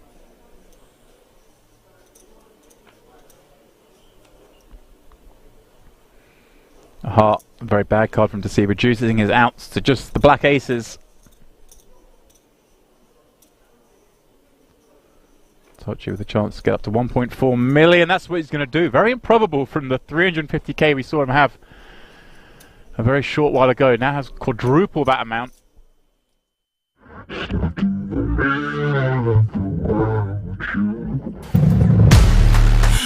for love, I'd do anything. I can't seem to find my identity. All for love, but I plead insanity. Circles around my heart on repeat. All this for the sake of loving you. Welcome to this place. It's a table for two. I just cannot think about it. Can't live without it. Won't be without it.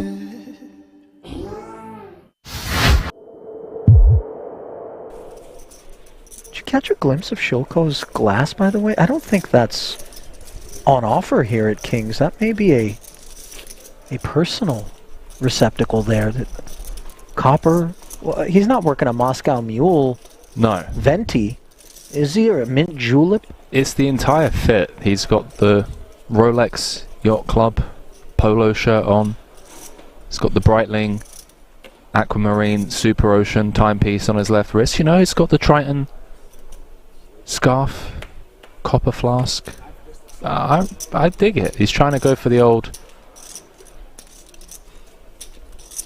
Dad's hedge fund is funding my poker career look. Don't believe me when I go all in kind of vibe. Oh, we know differently. His talents are funding his poker career. 10-7 suited is funding the Hijack Open from Tabakaru. Oh, remember, 3-bet from the small, showed the ace-king, obviously looking to buy some table image. Ace-9 suited. We pause upon Kuru. I don't know if you've sensed the shift in the pace of play as well as we head into the final 90 minutes or so. We've been at 46 for a while. They were dropping like flies when we came back in as Shilko in the small with the decision for 10 bigs.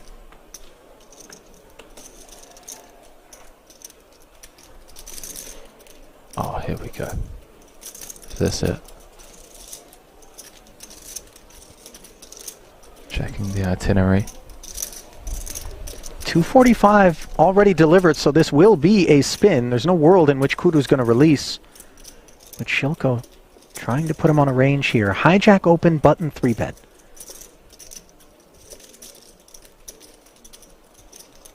When you have the ace-queen, you're focused more upon the 3-betters holding than the opener, correct?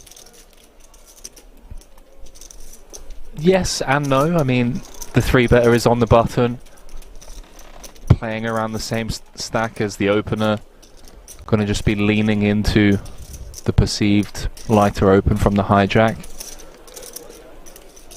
I think it's evenly split in terms of how worried we are about both players. Not an easy spot. Not an easy spot. I mean, he knows he has no fold equity, so he's always going to be spinning the wheel. It's whether he wants to go for it or not. Everybody playing so slow. Who just said that? I didn't catch it. Maybe Benitez? Oh, there we go. I know, but Comes to the right decision. Yeah, Benitez a bit uncalled for in my opinion. It's a 3-bet spot 26 left, main event. with action behind, like, Минимум дамы. Минимум дамы. Не годится. I know. Никогда. Просто You don't know about that. Здорово.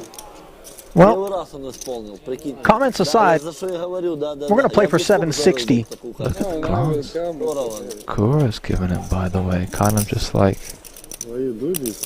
hey pal, Удивительно, да? Time for flop. be careful who you make enemies of. Нормально. Yeah, changing the ego 2-3 minutes. paired flop. Presenting opportunities for Kuru. Shilko. Nervy moments for his ace-queen. And the 9 on the turn. A dagger. Delivered to the Belarusian. Can he find a queen in turn? On this river. That would be the only escape. And he cannot. No justice. Sometimes, obviously, Shilko coming off of a massive victory at the PSPC. Doesn't have a whole lot to complain about, but that was a spot that deserved a bit better. GG.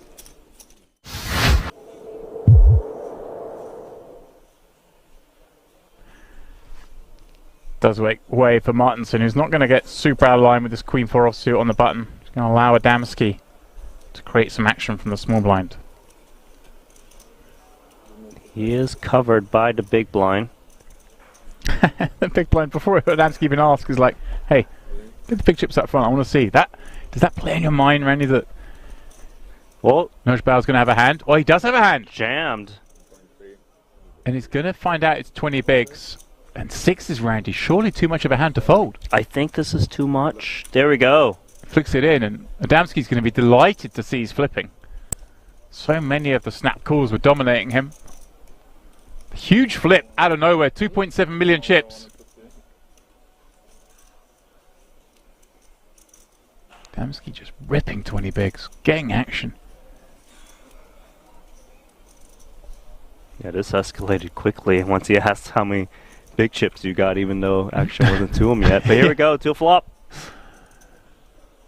Safe for the 6s. 9-9-4. Adamski needing to find some paint. Or running straight.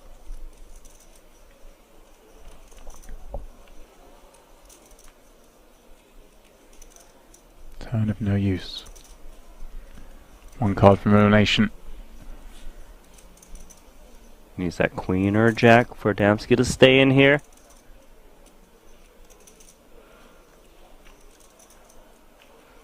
And that's the end. It is GG's for Adamski.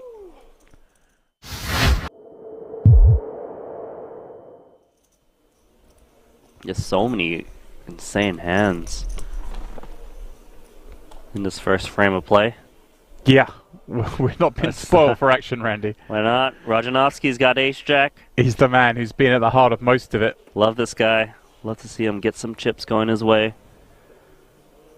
Drop in 4 blues. Make that 100K. Yeah.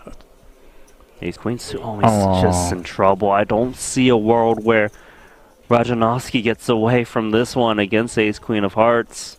Yeah, he's been opening all the hands. Now may meet resistance. And he may just decide ace jack suited. It's too much kit. Let's see though. Adamski.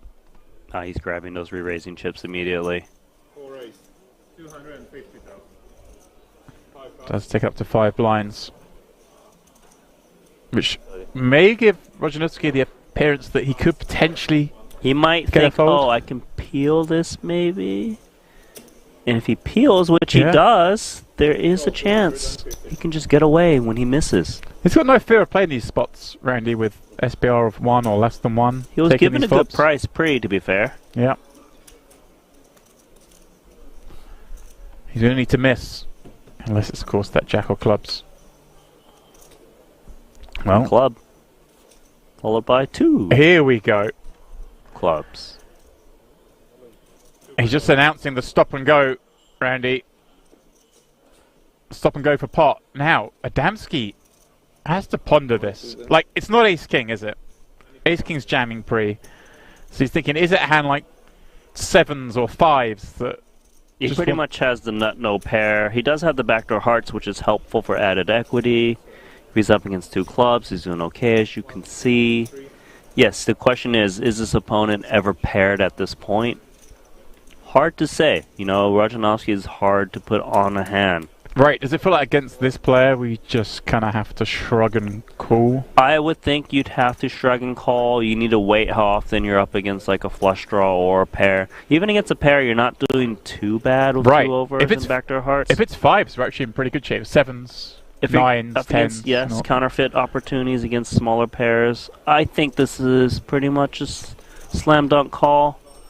Yeah, he does make it. I'm with him. I'd be calling, and he's going to see it's flipping. Of course, there is some chop equity. Let's see, can he find chance to stay in this tournament for Rojanovsky, who's been the most active player at this featured table? Yeah, we're not picking favourites in the booth. Nothing against Adamski, but I want Rojanovsky to stick around, so maybe a chop's fair.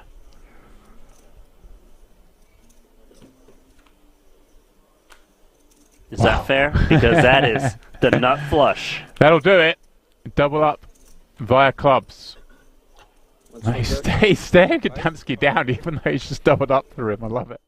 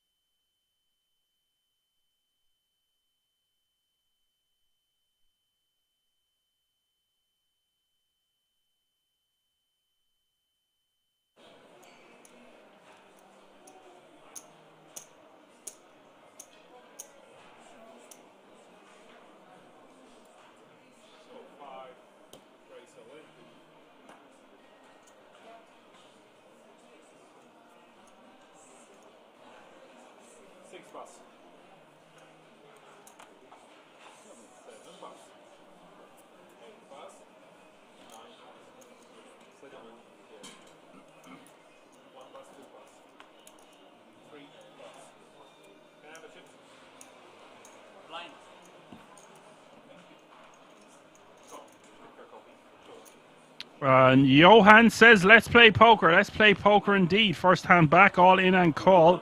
KK with just 2.5 big blinds to be fair. Small blind is now 25k. Big blind is 50k with a 50k running big blind ante. That's 25, 50, 50. Marcel all in from under the gun. Very big shove there with 8 bigs still remaining with just the a6 off suit, but is in a good spot to eliminate KK.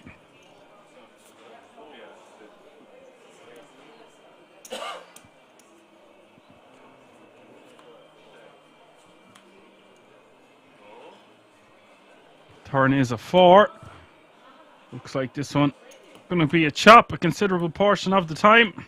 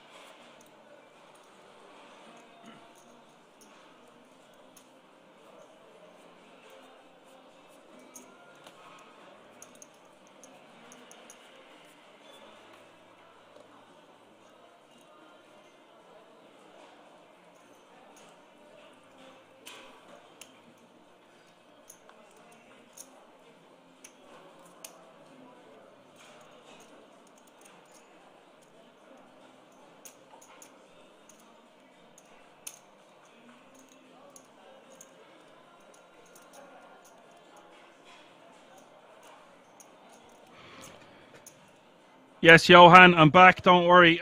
Just having an issue with my dog. She's very old. I am here just to run back downstairs to make sure she was okay. I don't think she'll be lasting past this Christmas. So she's very whiny at the moment. She's 15. She's very old. Just trying to make her. She's not in any pain, but I just want to make sure she's comfortable. She's a cross between a Labrador and a Collie, like a black sheep almost. I call them the stormtroopers.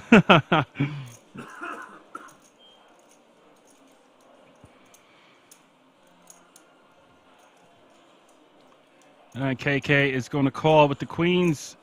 This limping behind thing is getting out of control, guys. I know I've said it. I'd say every half an hour since we started, but I have never seen this amount of limping going on.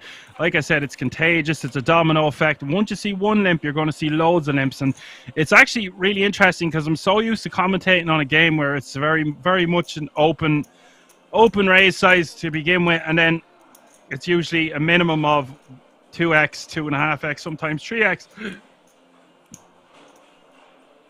But you see, the problem is, like, so KK is limped behind here, trying to get action behind him, but this time it hasn't worked out. See, it's the two sides of the coin. Sometimes the limping strategy is a good one, and other times it's not. Because you want to get paid when you have hands like queens. You want the full double up. You don't want to be inviting so many people into the pot behind you. This is limper's paradise, as Johan said.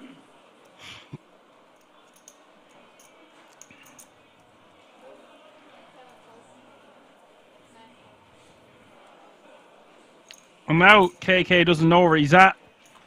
Obviously not going to be going anywhere with two aces on the board, and probably still thinks he's trapping to a certain degree.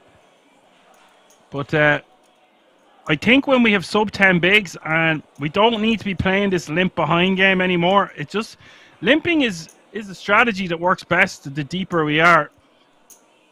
I guess there's counter arguments to that, but I think when we've got a hand as strong as queens and we're sub 10 bigs to start the hand, the aim of the game is to get as much money in pre-flop as possible.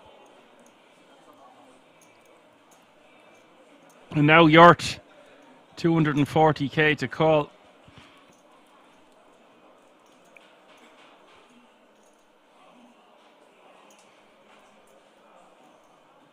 I think we have to pay him off here. Although, to be fair, he doesn't have too many bluffs. No, I think I take it back. It just looks like he's never going to be ahead there with his 9. Straights come in on the river there as well. A very strange hand to commentate on. It's always going to be strange trying to figure out what players think other players' ranges are, considering it was a limp pot pre. And Graves says he has a golden retriever sitting next to him. Ah, deadly. Really nice dog. She's more of a collie now than a Labrador, so somewhat of a mutt, but yeah, she's been a deadly pet now for 15 years. And then we have the puppy then is, he's only 2, he's a collie as well, so it's just polar opposites. One is just becoming a teenager or into his, just coming out of his puppy phase, shall we say. And the other one is near death's door, I would imagine. But thank you for your comment.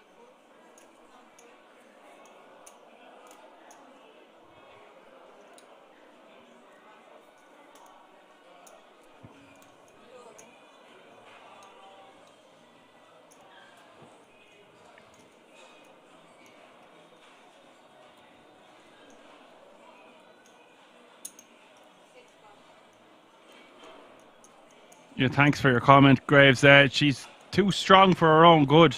It's a tank of a dog. Still running up and down the garden like there's not any pain. It's just when we bring her in at night, she's very whiny. Have to settle her down. Otherwise, she'll be trying to follow me up the stairs, etc. That's why I had to run back down to make sure she was okay. And we have all in and call. Ronald with the ace king. King queen for poor. Just shy of $1 million in the pot, and 10, 9, 4, 3.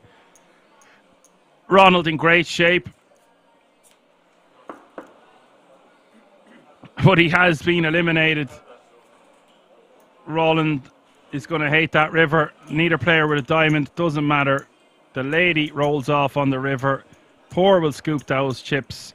53 players will remain, and we will lose Schweinstetter in 54th place. That also means a pay jump has been reached with 53 remaining. All players guaranteed a minimum of €515 now.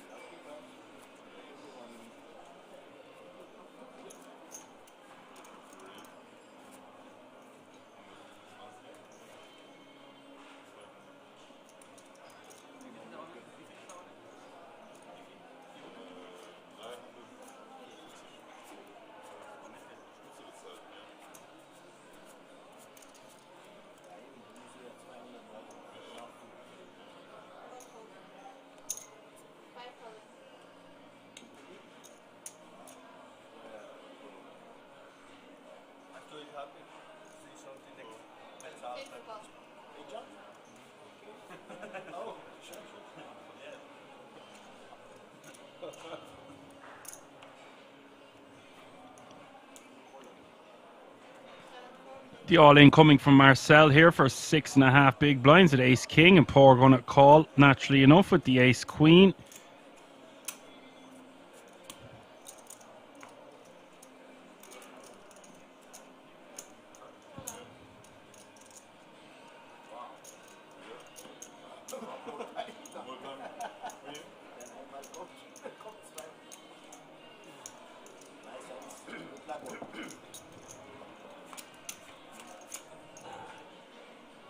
All in and call, 750 in the pot, 8-4 deuce.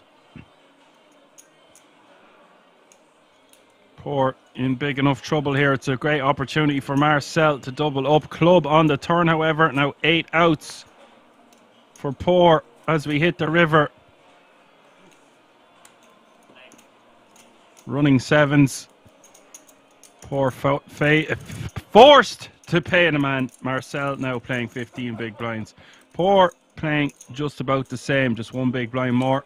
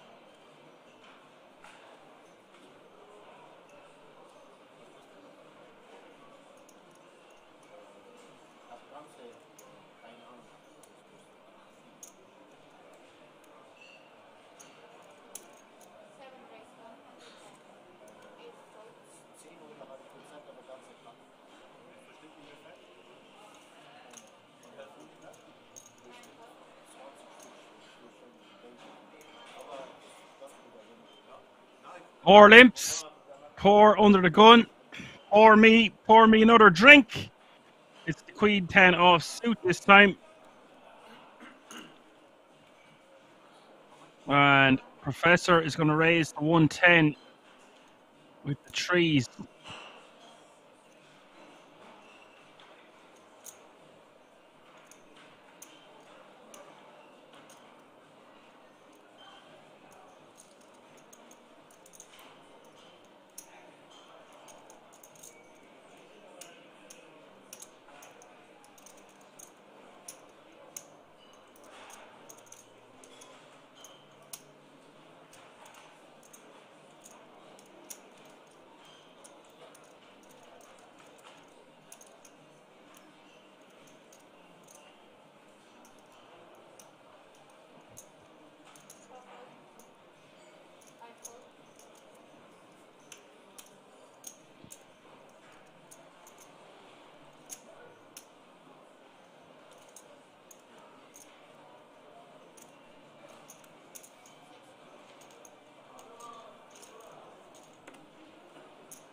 Looks like we're going to get four-way action to the flop here. And that flop is Jack 9-4.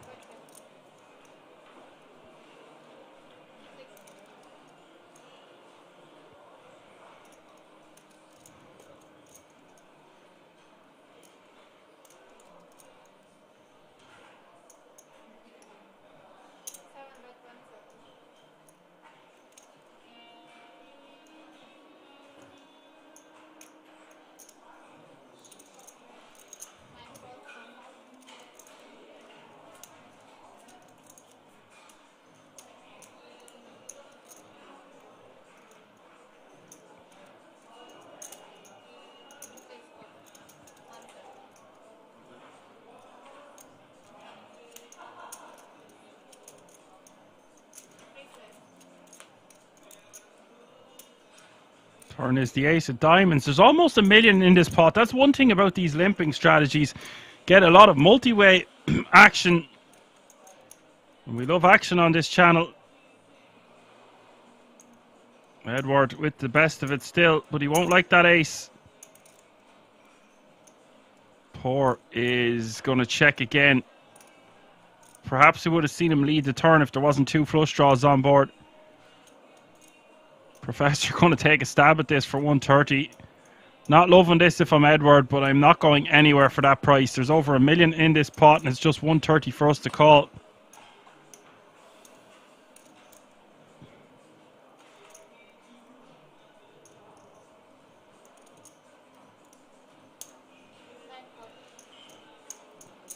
Such a strange...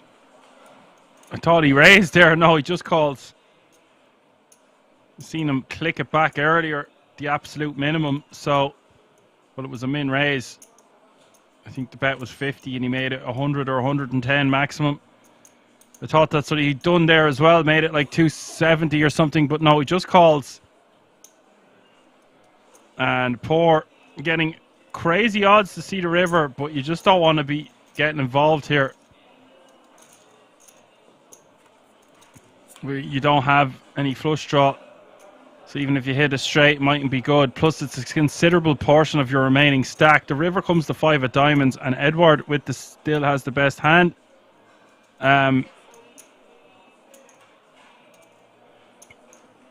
Just incredible stuff here from Poor. Recognizing that he's up against limping ranges. Was not expecting to see this in the slightest, this run out. And I was saying I thought it was way too loose what he did on the turn, but it's not if this is what he's going to do on the river if he misses. Really, really strong, ballsy play here from the under the gun of Poor.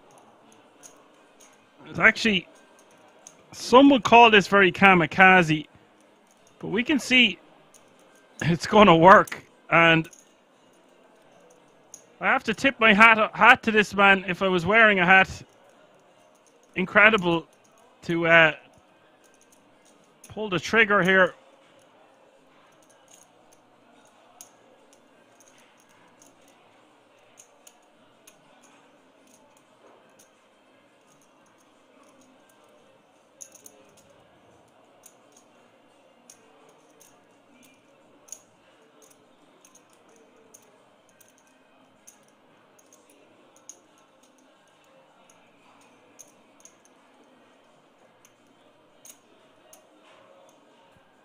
And for Edward, he could basically beat nothing, only a bluff. Doesn't even have a diamond in his hand to block anything that his opponent might have. Just a pair of jacks with a king kicker. Poor is going to get this through unless Edward doesn't believe him. And if he does get it through, look at the size of this pot he's taken down. He's risking his tournament life, yes, and it is the Czech Masters, and it's close to Christmas. But he is betting 455 into this pot. And there's already 1.775 million out there. Oh my God, he finds the call. I do not believe that Edward calls there. He's getting a good price to call on the river, but he's basically beating nothing, only a bluff. I am stunned. That is hand of the night. Wow. You got a feel for Poor there. Poured his balls out on the table. Gave it all he could there with a very creative bluff, but it did not work. That man there playing over 3 million now, and that means 50 players remaining. If you're just tuning in, you're watching the Czech Masters Day 2 live from the King's Resort in Rozvadov as Johan the man says, wow, wow indeed, was not expecting that. What do you think of that one? Let me know in the chat on Twitch. There was one for the Action Man Dan fans.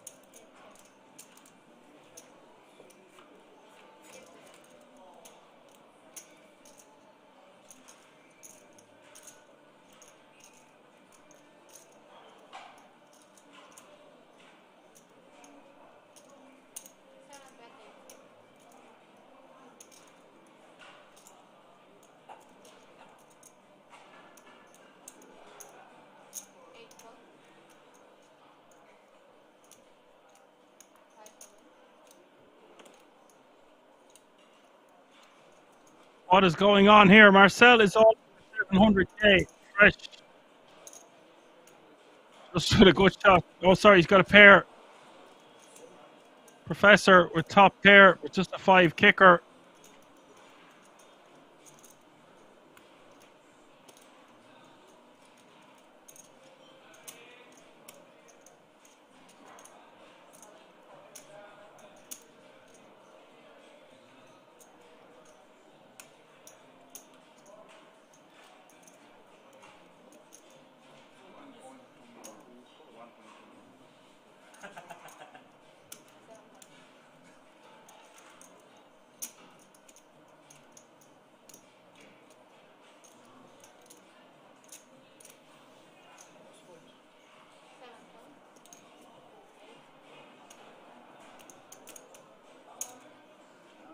Fresh forced all in with less than 2 bigs with just this pair of 3s.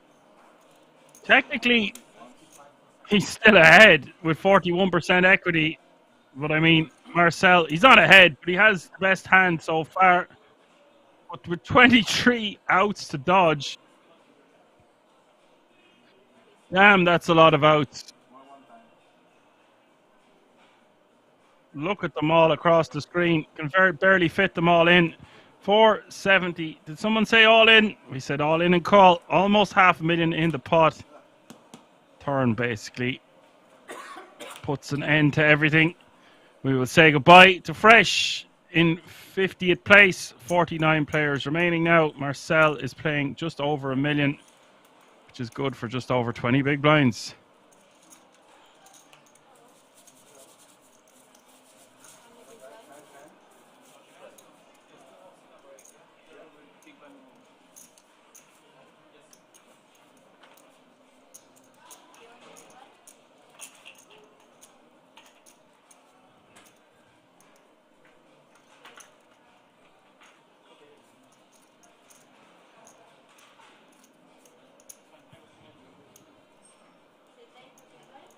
Graves said it was a perfect bluff, a good diamond in his hand as well to represent the flush. I mean, I wasn't expecting him to call and then just donk shove on the river.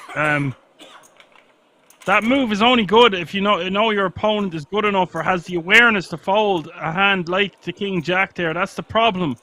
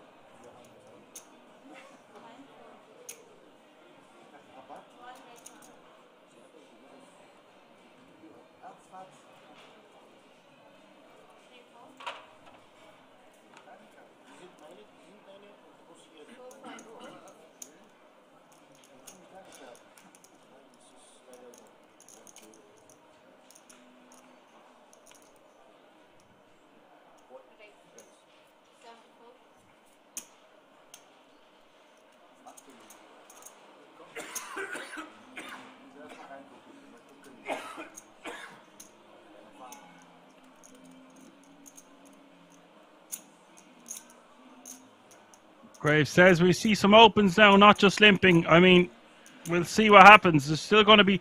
I think there's... Something has been like... it's become quite the norm for the limping to happen at this table. So it's like almost taboo to go against their limping strategy if you're new to the table. That's what usually happens, but it's not a 1-2 cash game here. We're playing for a lot of money. At some point, you're going to have to take that limping strategy out of your arsenal because you won't be able to handle it when the blinds are skyrocketing.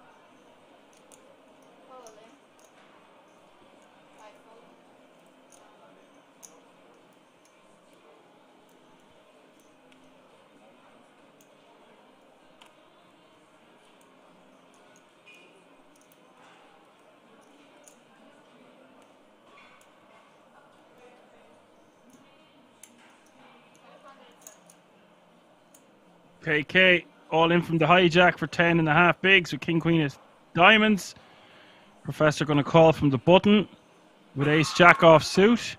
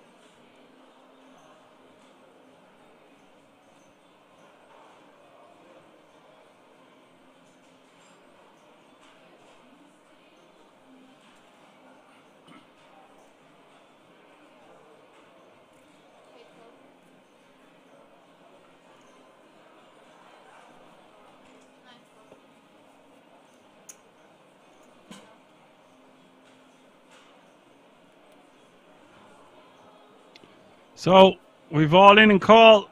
We've got action.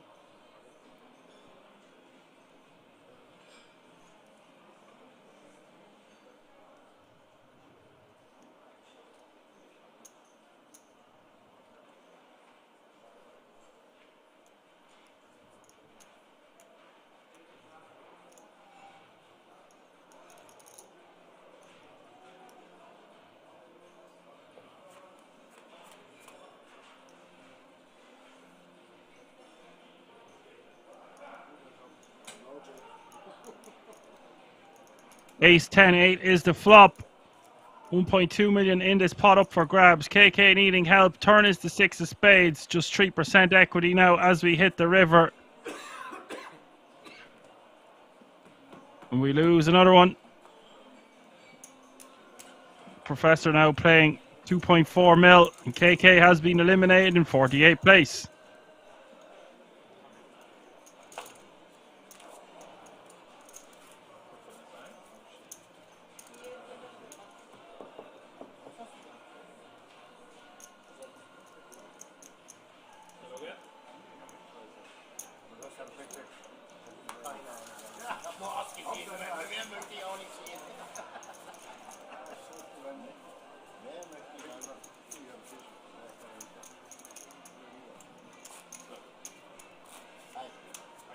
An update of the shift counts there. Edward way out in front here with 61 bigs. Professor 48 bigs in second place. Then Corrado with 22. Marcel with 22. Yort with 18. And Yam playing six-handed here until we get some more players. Is playing 17 big blinds.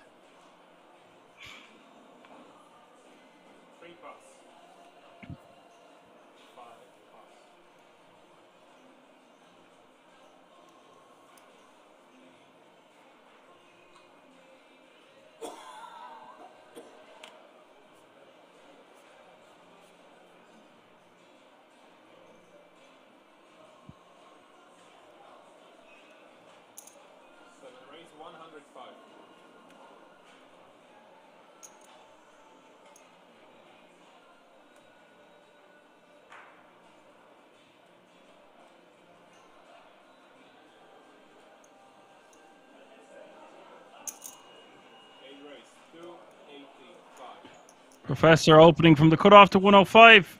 Yam is going to 3-bet to 285 with 11 big blinds behind. Could have just shoved this one, but I guess if he's 3-bet calling it off, it just seems totally fine. As long as he's not folding, maybe against a really tight player or something. He's obviously inducing. It's just, in general, sub 20 bigs here. You just want to jam, especially facing an open in the cutoff.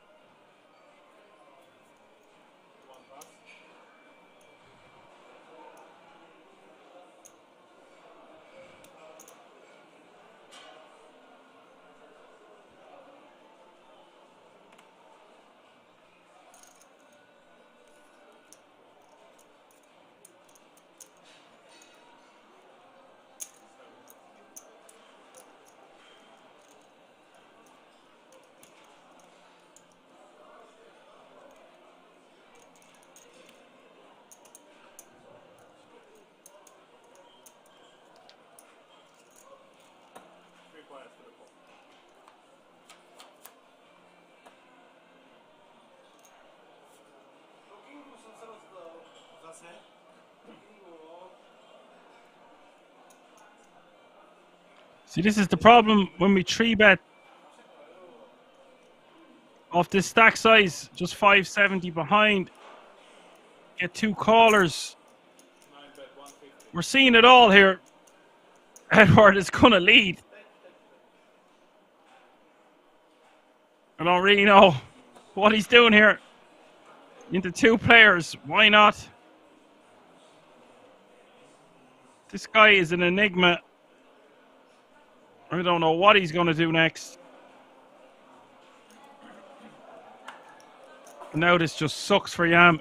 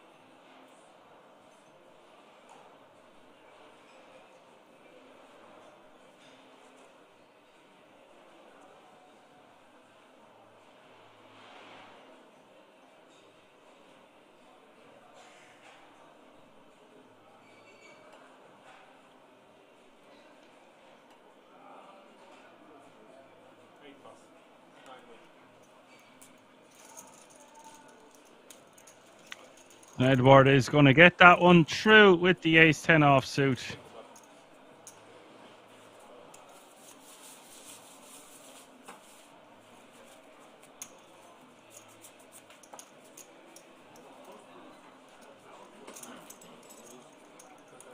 Very bad says, what am I watching? Yeah, this is this is expect the unexpected, man. Obviously, surprise around the corner at Kings. He didn't even need the corner. There was no corner pocket on the turn of the river there. Just decides to lead into two players with ace-10 offsuit on the 6-3 deuce. The problem with the ace-queen there is we put in 300k of our 800. Like, I was just to call it $1 million total, even though it was slightly less. We've put in 30% of our stack and then have to fold. It sucks. This is why I don't want to be three betting off that stack unless you're 3-bet calling and you're pretty sure you've set up the dynamic where you've done a few cheeky 3-bets. They know you're capable of 3-betting off that stack size and folding. So I think we just avoid all of these issues, all of these problems by just jamming pre from the button there, especially when we are facing a cutoff open.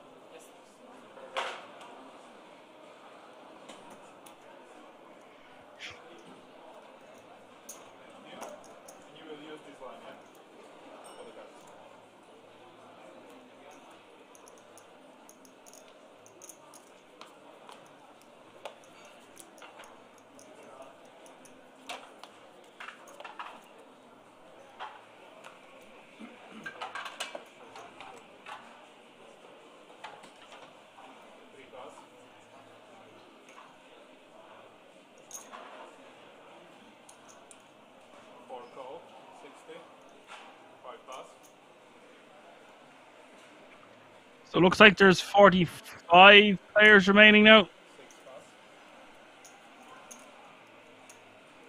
That means a pay jump is looming. One more elimination. We'll go from €515 as the current payout to 595.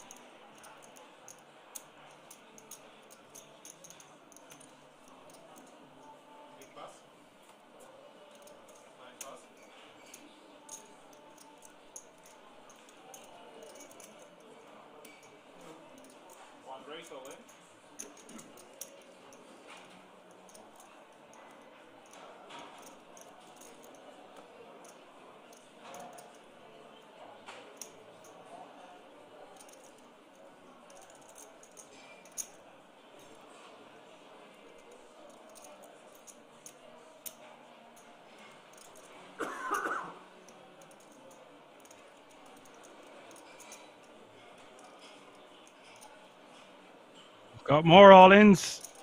Graves says didn't even finish up the writing. AG asked how much up top. Just over 30 grand for the winner. And of course, that all-important 10k ticket to the World Series of Poker Europe main event next year for first, second, and third in this event. Not bad this close to Christmas.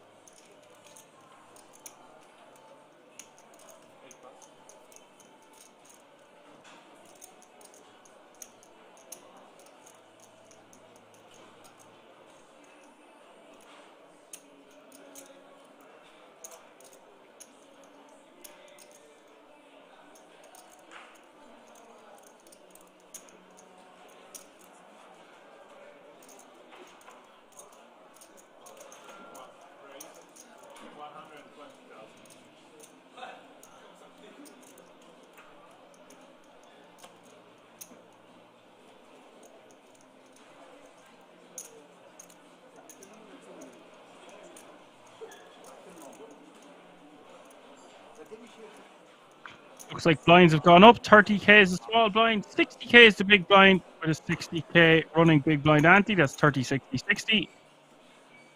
And Yort is going to raise from the button here.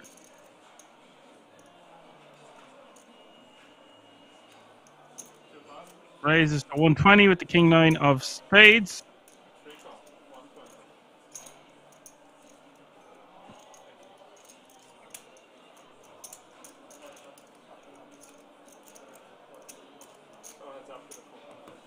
And from the big blind here, Corrado should have used this in his rejamming range. These small pairs going to play best as a rejam, especially against a late position open. But decides to just defend, and now ace for 3 overcards. Does have a good shot, but it'll be hard to continue.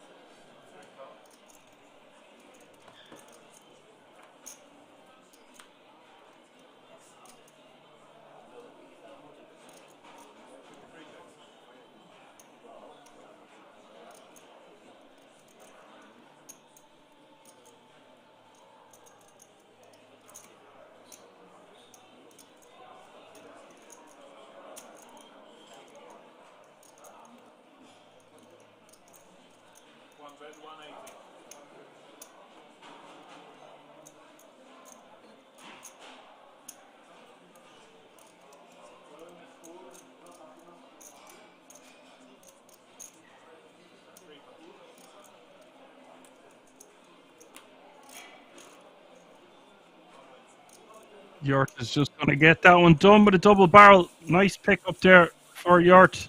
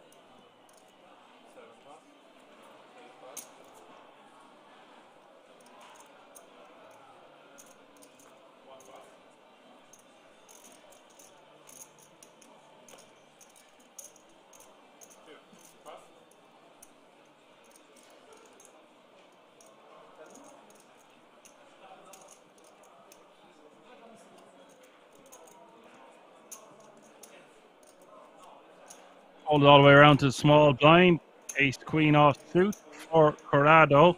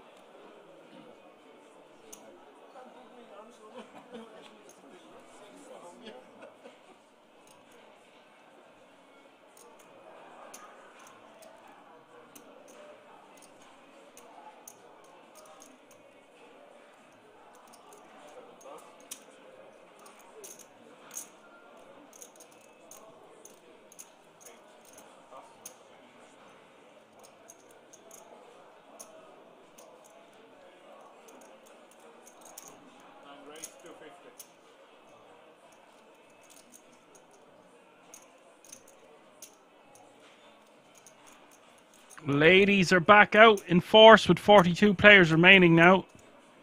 Raising to 250, which is an absurd raise size with this hand.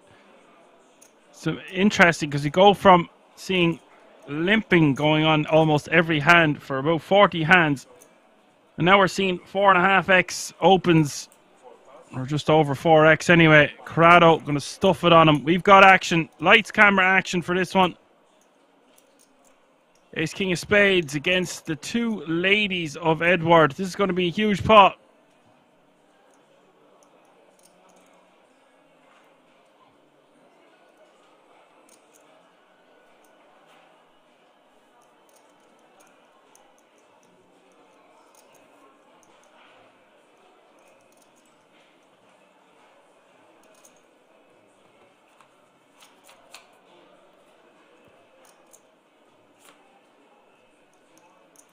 Jack 6-5 is the flop. Neither player with a diamond. It's a classic. There's over 2 million in this pot.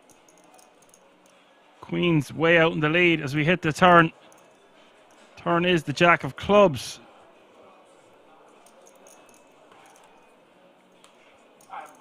River is the ace of hearts. Wow. Pings it on the river. Corrado will scoop those chips and Edward will be forced to pay the man. Jeez, Edward would have been a runaway bride there with the guts of 100 big blinds, but as it stands, forced to pay the man. And Corrado now playing over 2 million. Edward's still going to be very comfortable. That would have been an absurd hand for him to win, on top of having the guts of 50 bigs behind. Incredible stuff altogether. Sometimes you got to pay the man. What a river it was.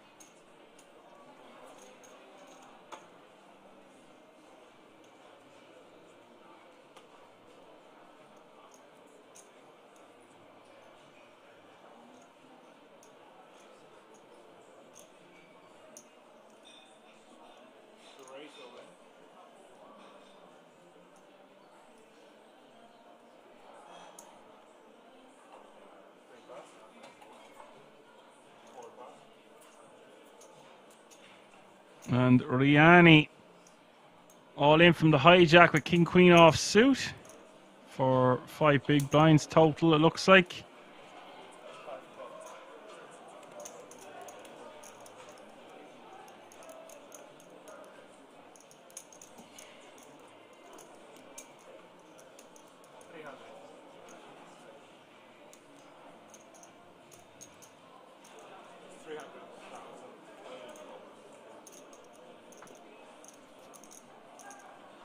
And Marcel is deciding to call for a large portion of his stack here, unless I've seen something wrong. Unless he didn't see the all-in. Looks like he is going to gamble here with Jack 5 of diamonds. Wasn't expecting to see this, but Marcel has been wildly trying to get his chips in the middle, so what can you do? 720 in the pot, 69% equity for the King Queen, 31% for the Jack 5. Here we go. Not a good start for the King Queen. It's a post flop coin flip. Turn is a 10. Now Marcel just 30% equity as we hit the river. River is the 4 clubs. And Liani can breathe a sigh of relief before sitting back down with 12 big blinds.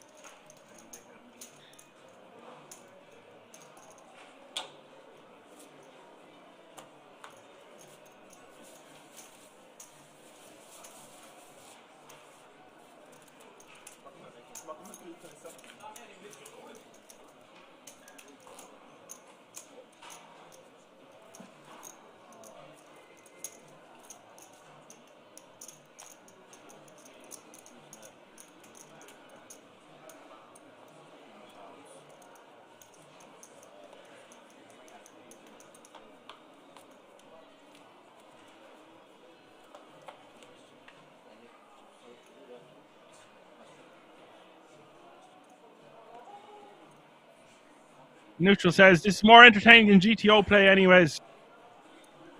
We don't talk about GTO and solvers around here. Them words are like Voldemort in the Harry Potter realm. You're a wizard, Harry. You're a wizard. And Neutral says this is why he visits Rosvadov to play MPTs regularly. Yeah, makes sense. Best games in all of Europe. Week in, week out. Pretty much 365 days of the year. Bar a little tiny break at Christmas.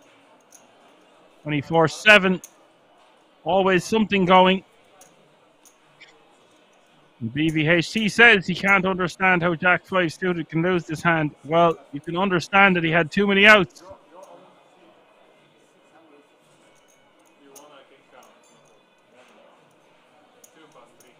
That is all knowing and all powerful.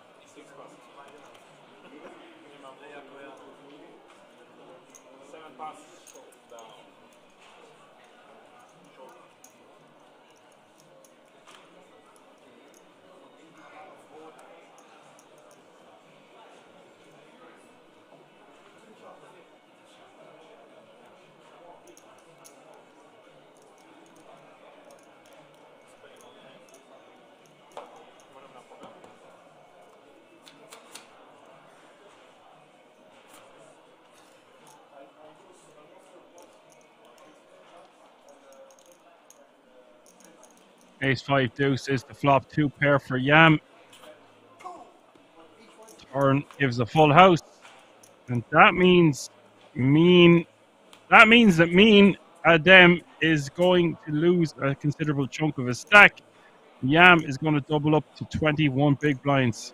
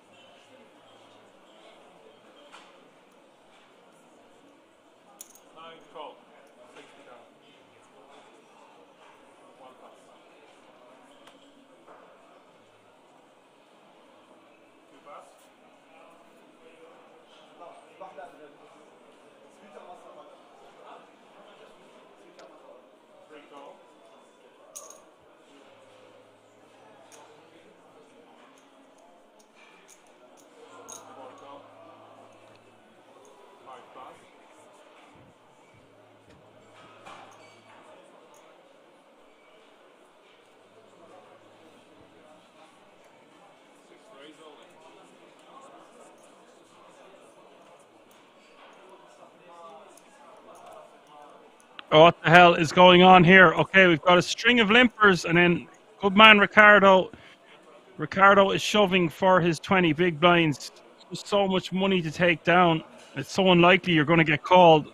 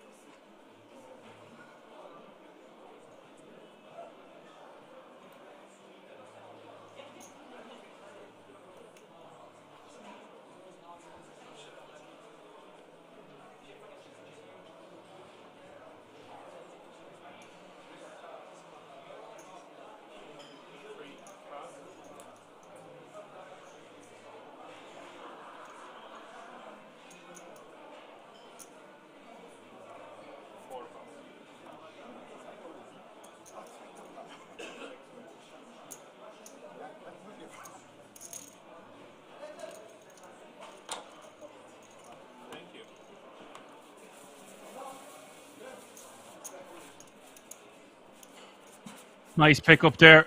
Now we're going to get an updated chip count. Edward still our chip leader with 45 bigs. Corrado 33 big blinds. Professor 32. Ricardo 26. York 23. Yam 20. And then the last three players at the table still playing 12 and 11 big blinds. So no one under 10 bigs. Just a testament to how great these structures are, no matter how small the buy-in. This is the Czech Poker Masters Winter Edition, Day 2, live from the King's Resort in Rozvadov. If you are just tuning in on this Sunday night,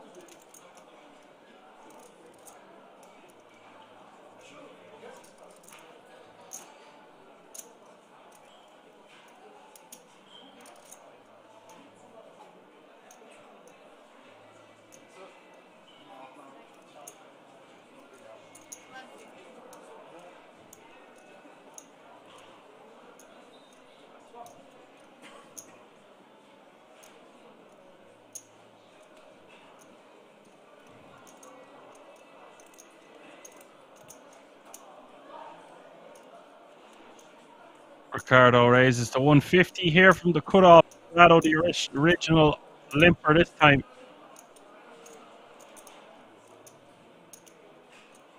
Professor with the aces. Nice spot to pick them up on the board for 31 bigs. Doesn't want to make it too big here now. Make it around 450. 550 at the most.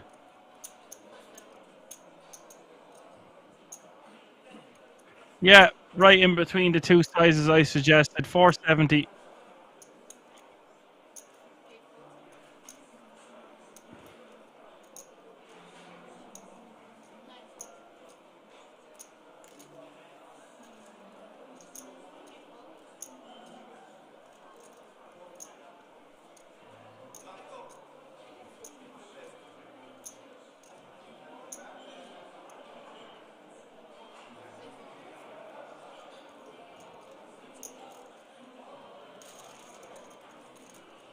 Professor will take this one down.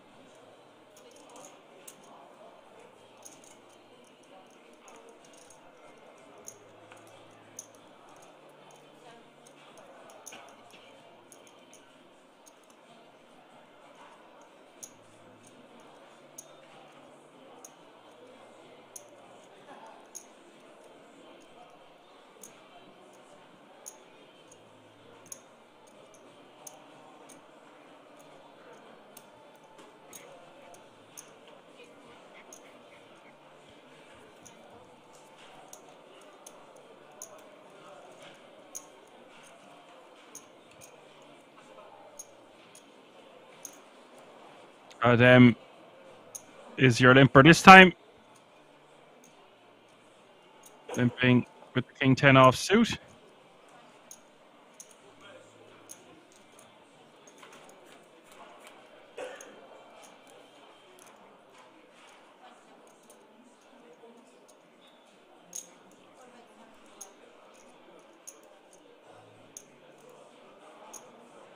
Adam betting 75k.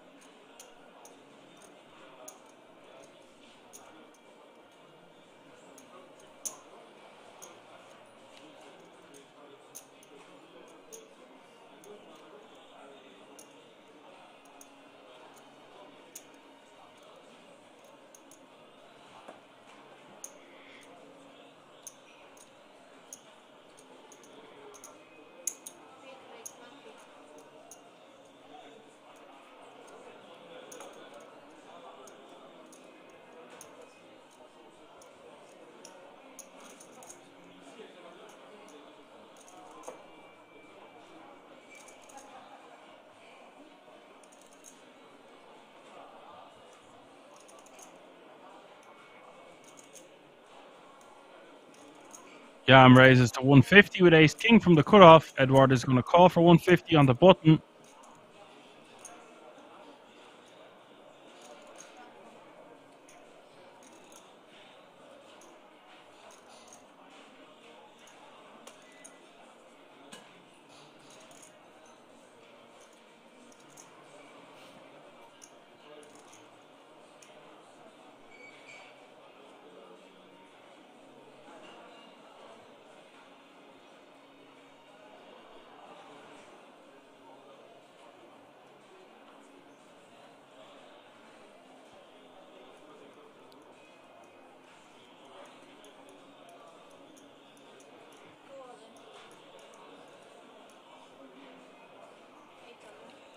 Riani all in for 660 from the big blind with ace jack off suit. Bad timing for Riani.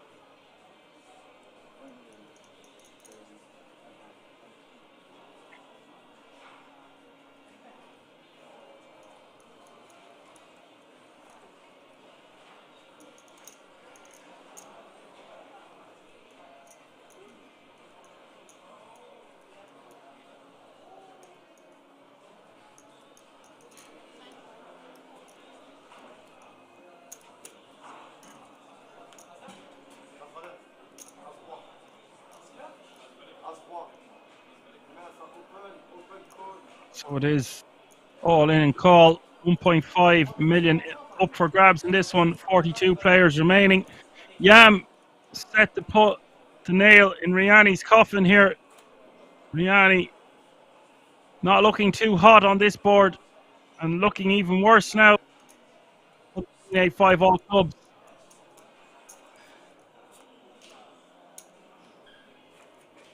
Turn seals the deal. We're going to say goodbye to Riani in 42nd place. That means 41 players remaining now.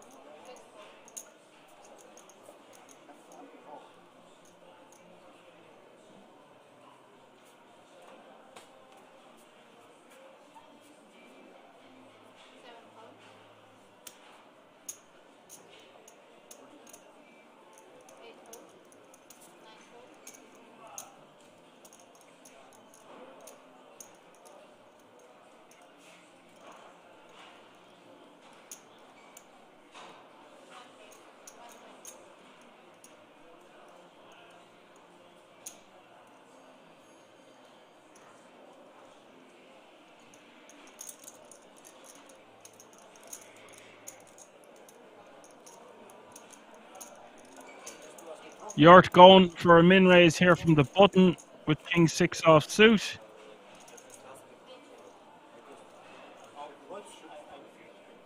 Rado defends.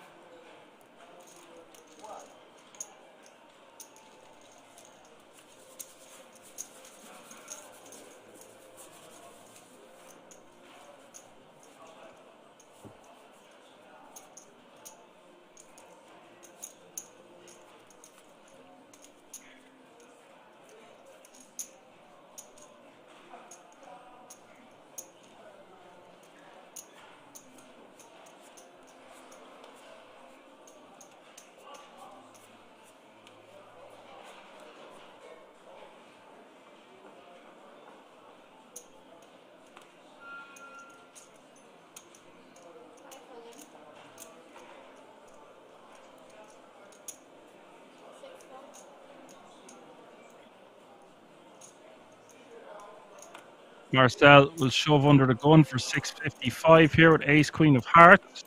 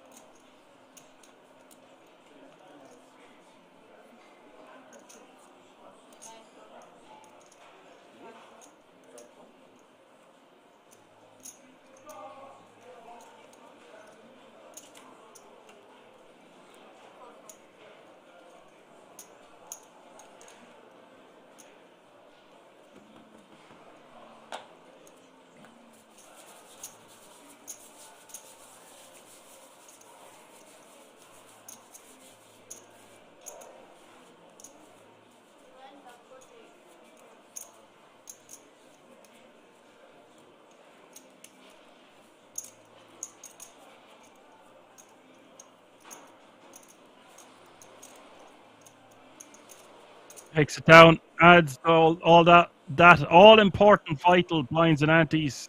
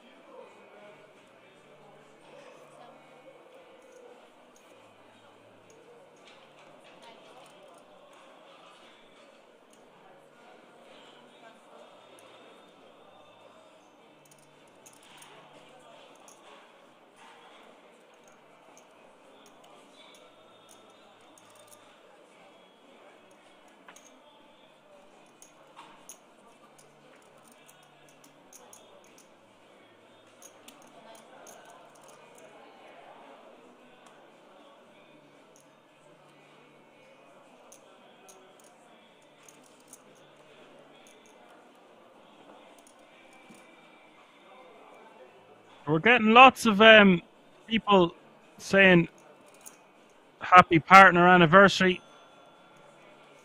Like I said earlier, I could be the priest.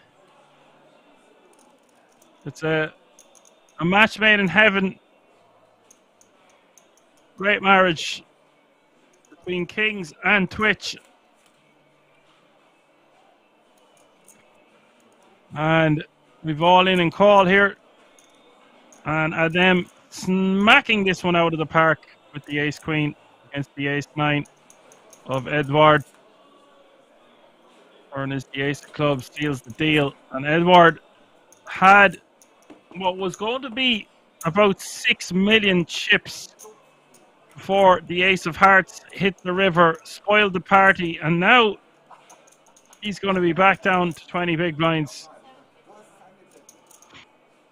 38 players remaining now.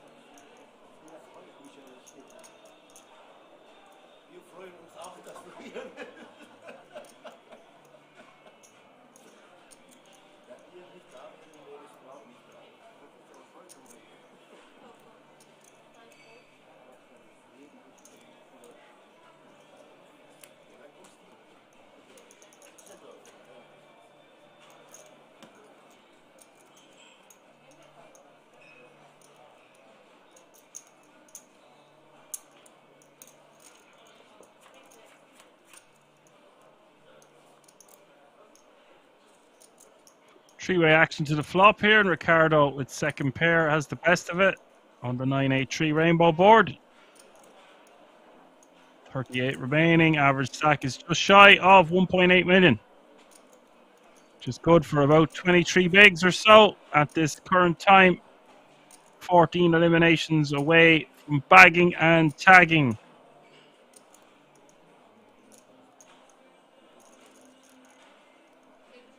Current payout is €595.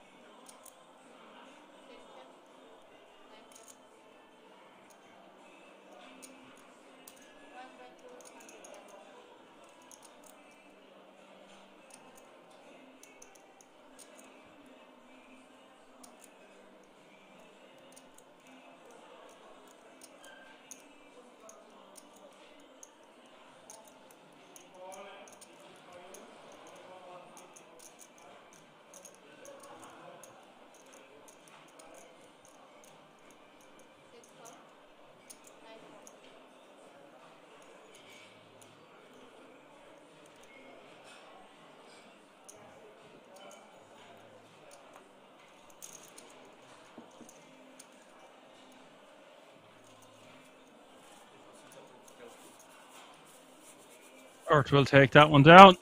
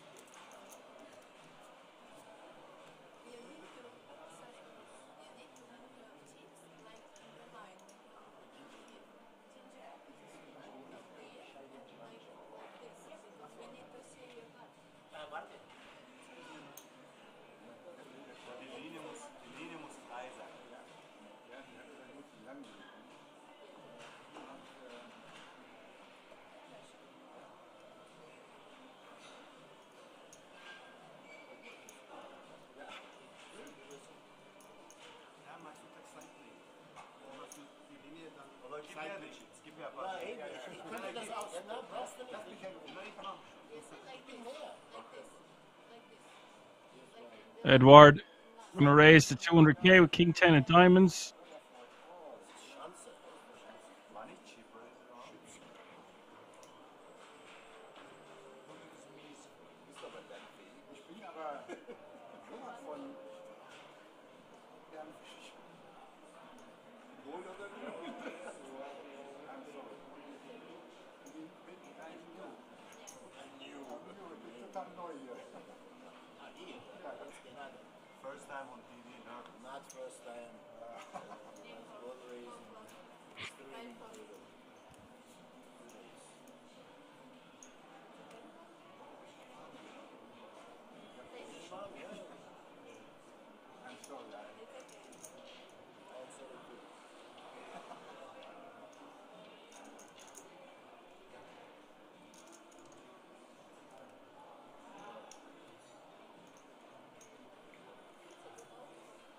Ricardo with a very tight fold, ace jack, but it's not really that tight. It's just tight at this table because it's been very splashy.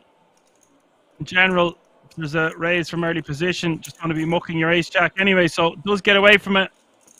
This is an interesting dynamic here, by the way, because the new players at the table won't have the information about how wild, splashy, and limpy this feature table has been throughout the night.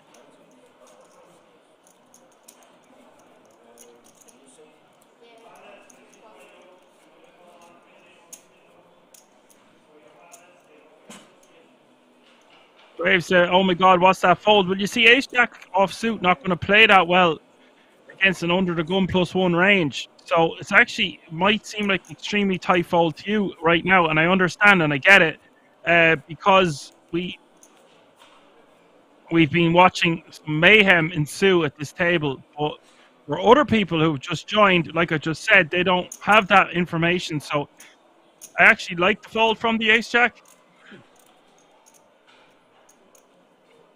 And he was out of position as well. He was in the small.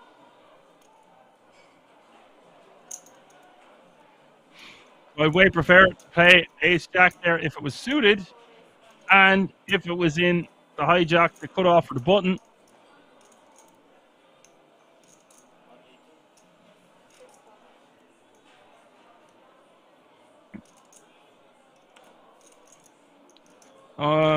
Graves says he was the button. Well, it looked to me like he was in the small blind. If he was indeed on the button, my apologies. The button looked like it was before him. If he was the button, fair enough. I thought he was the small blind, personally. And even so, the ace-jack is only going to play well if you're going to use it as a 3-bet. Or if we're suited, it's fine. Now, we can call, but ace-jack offsuit just not going to play that well. So I stand by what I said. But if he was in position, I like calling a considerable portion of the time more than folding. It just depends. When you've just joined a new table, you're 14 eliminations away from bagging and tagging, concluding the night, going to get some sleep, coming back fresh, hopefully tomorrow, with the opportunity to play for over 30 grand this close to Christmas. You probably just want to be playing on the side of caution. So you're going to see some wild plays. You're going to see some wild plays. You're also going to see some very tight folds. It just depends on the player and the situation. A lot of players remaining in this tournament won't have played for this kind of money before. It's a low buy-in. There's 1,363 entries, and there's just better spots, Graves. But thanks very much for your thoughts. I understand, because if you just see Ace Jack and the way the table's been playing, you're like, how could he fold there? But he doesn't know that. So it's a game of incomplete information, and he doesn't have that information.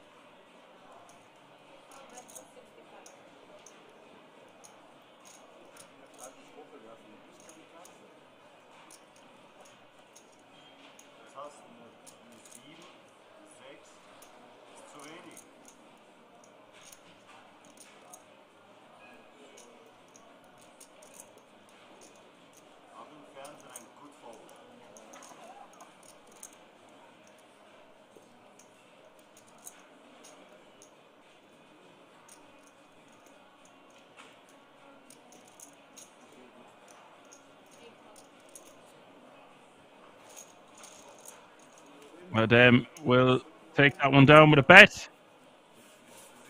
Johan says he has to go. See you next week. Thank you so much, Johan, for your help as a moderator tonight. You are Johan the man, and it does not go unnoticed. Much appreciated. Thank you very much, and I will see you again soon, my friend.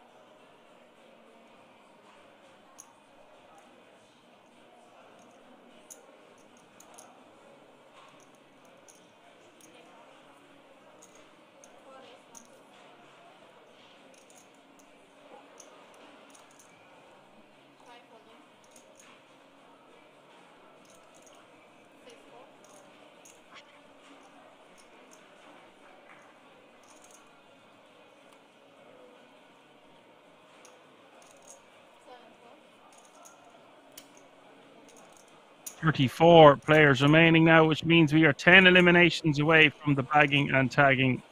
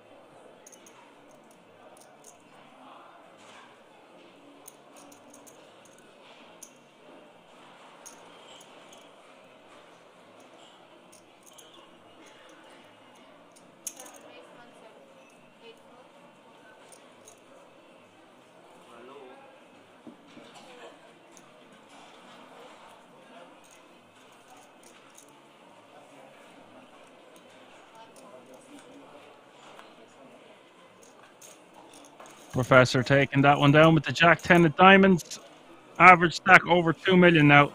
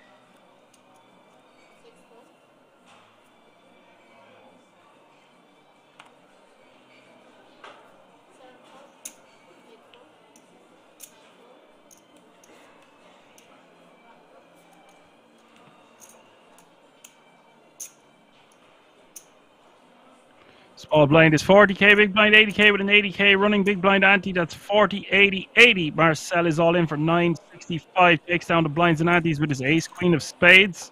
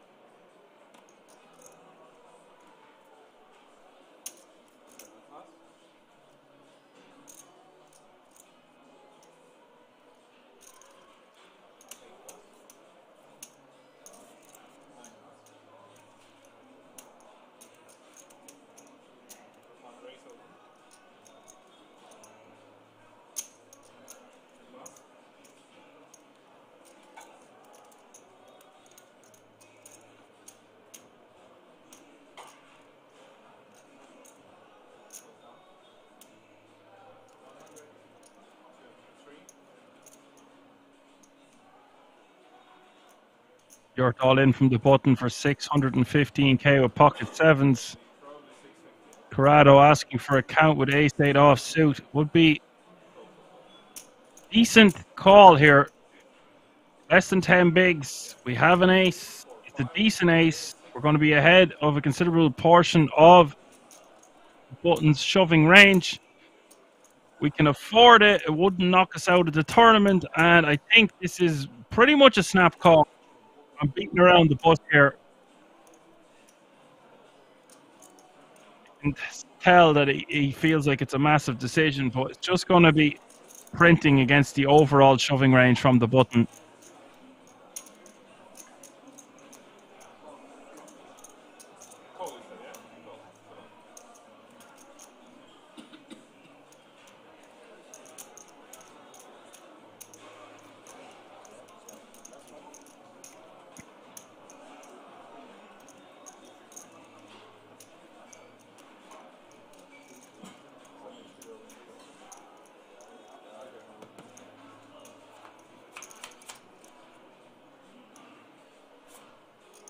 Close call.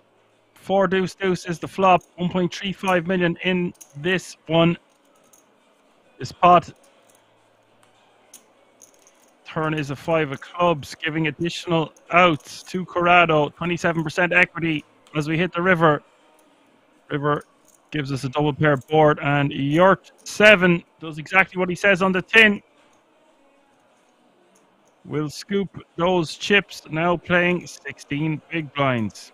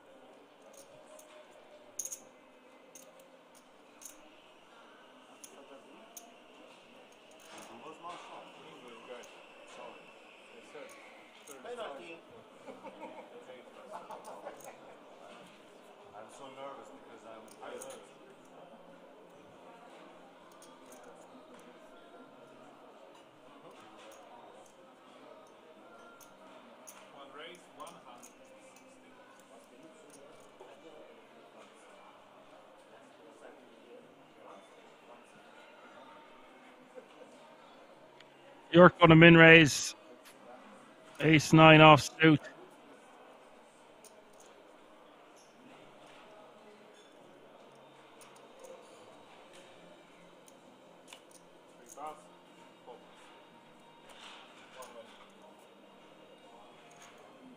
Takes down the blinds and antes, adds 200k to his stack. Just show how nice it is to scoop the blinds and antes. If you're paying less than 2 million, you're adding a minimum 10% there to your stack.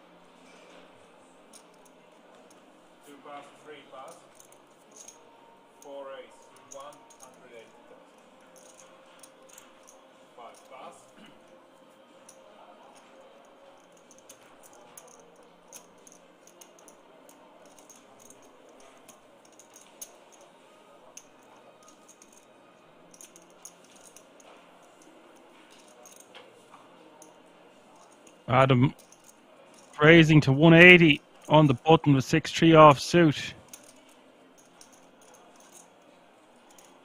Getting jiggy with it with just 6 high.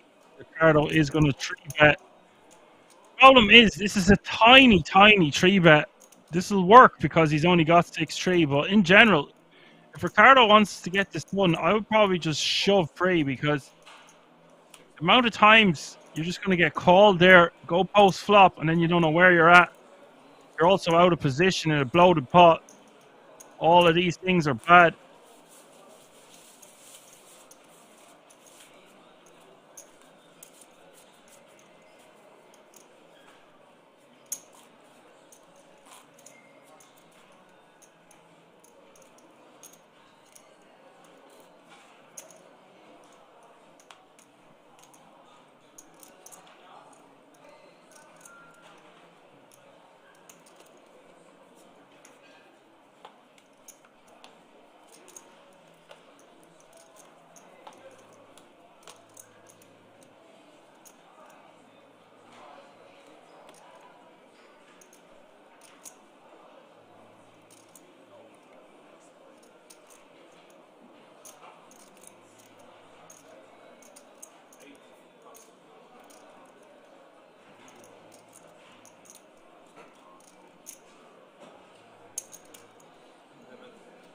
Edward, pocket 10s, sub 20 bigs, is going to limp. We're back to limping. Just wants to be trying to get his money in here by raise calling. But goes for the limp. This is risky business with a hand like pocket 10s here.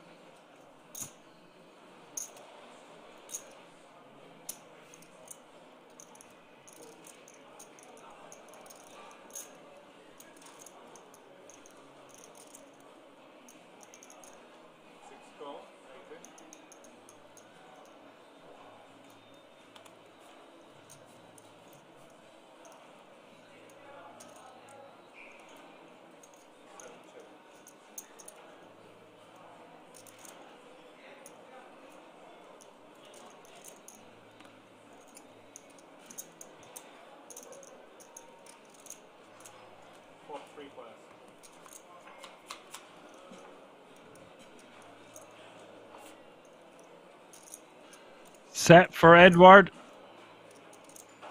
Nothing to worry about here on the 10-5-4 rainbow.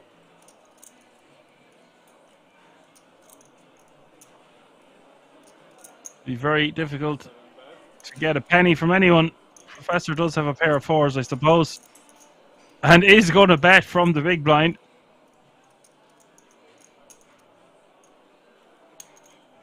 No, no. Edward raising with a set of 10s here is no bueno. There's no point in doing this to the slightest, folks. Do not try this at home. Just call, see what the turn brings. You've got the deck crippled. Such an unconventional player to play against. You don't know what they're going to do next. It can be actually very tricky sometimes to navigate your way through flop, turn, and river against unpredictable players.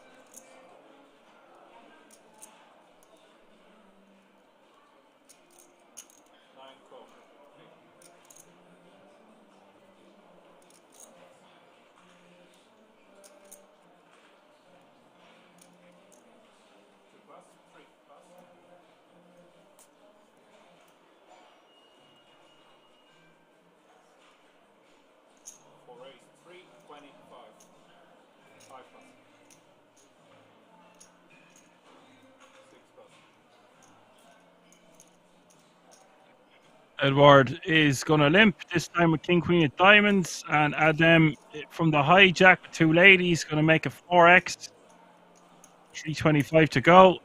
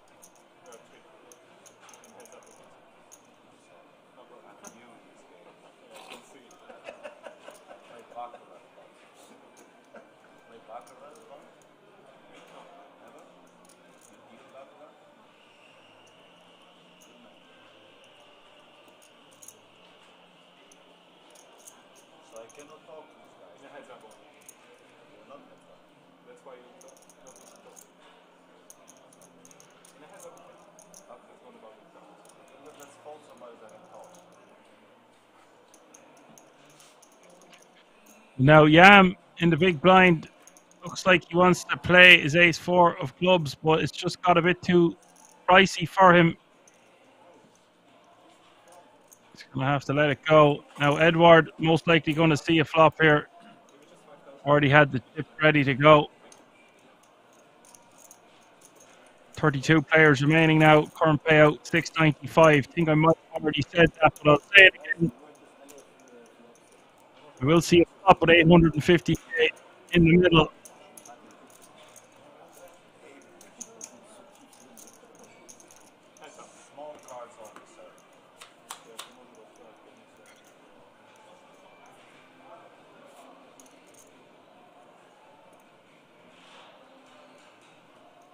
Nine eight deuce is the flop. 1 diamond.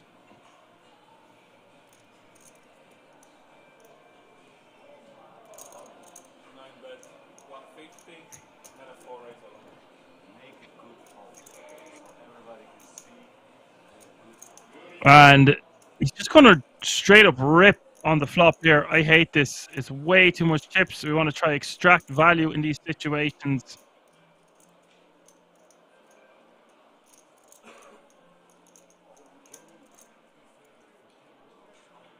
What a weird player to try figure out. Edward betting 200k, getting snap jammed. I would just call with the queens, but if he thinks he can get a hand like Jack 10, or Ace 9, or a large 9 to stack off, then why not try to get all the money in on the flop?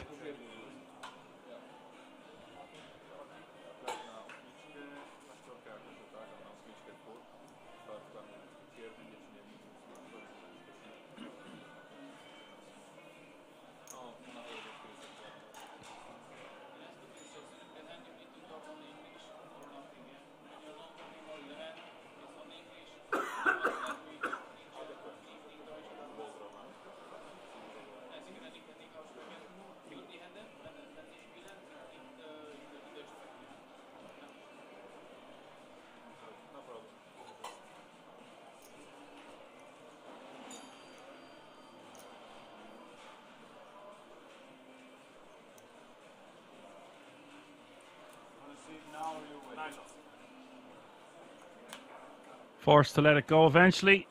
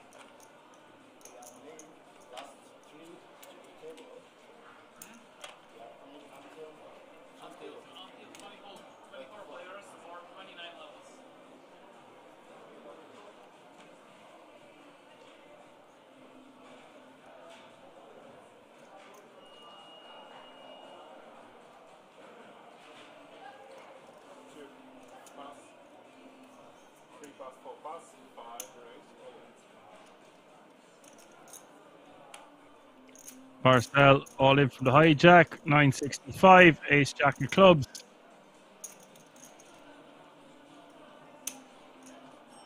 Ricardo with a bit of a decision here with ace 10 off suit.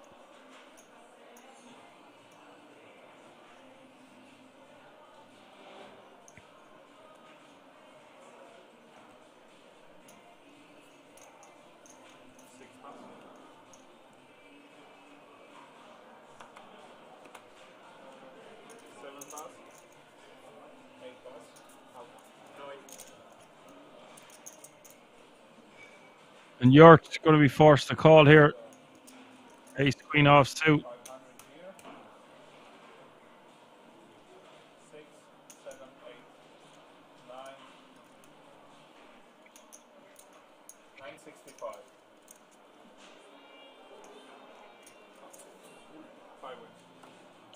Wow, Marcel getting away with murder there. You're not going to call with ace queen. Don't really know why. Like I said, very close to bagging and tagging. Doesn't want to risk 2/3 of his tournament there. But not going to get much better spots to call it off like that.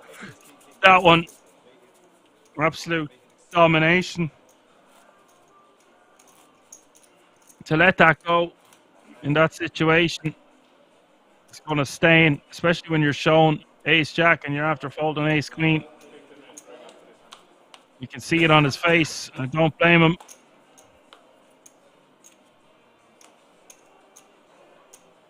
It's heartening to say the least. Okay, still 32 players remaining. Hand 81.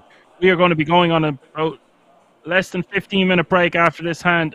Hope you're enjoying the show. Still 8 eliminations to go before it is all said and done tonight.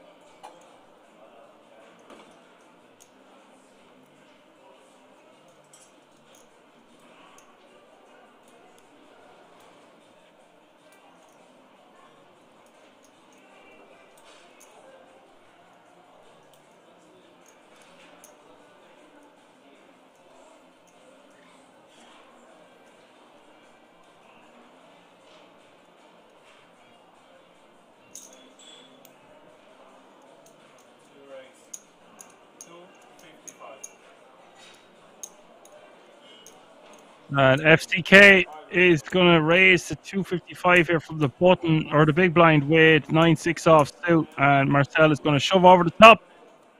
FCK is going to fold, and we are going to go on a break. We'll be right back.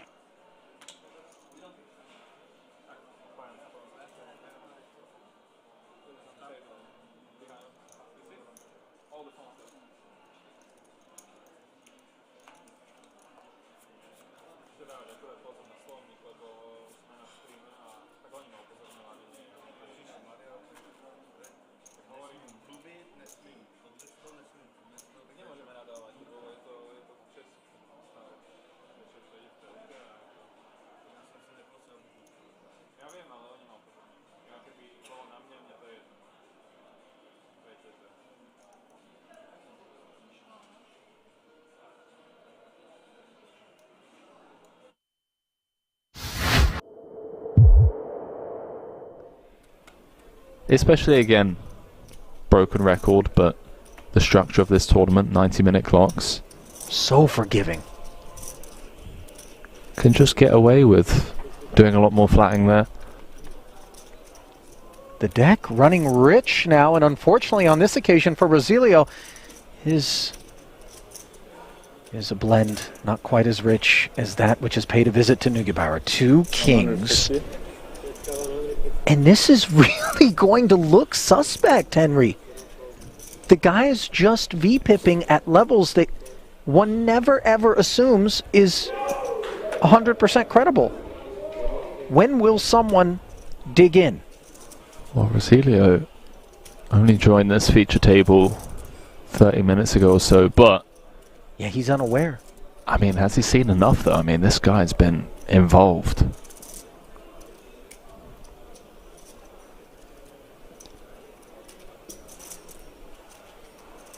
Does all the money find its way in the middle? Low jack v +1.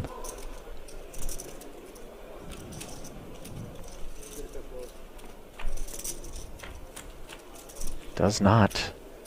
Rosilio playing it as a flat call, and there are problems on the horizon for him. Top pair, top kick. No spade on board. The 10 is relevant. Neugebauer with the overpair.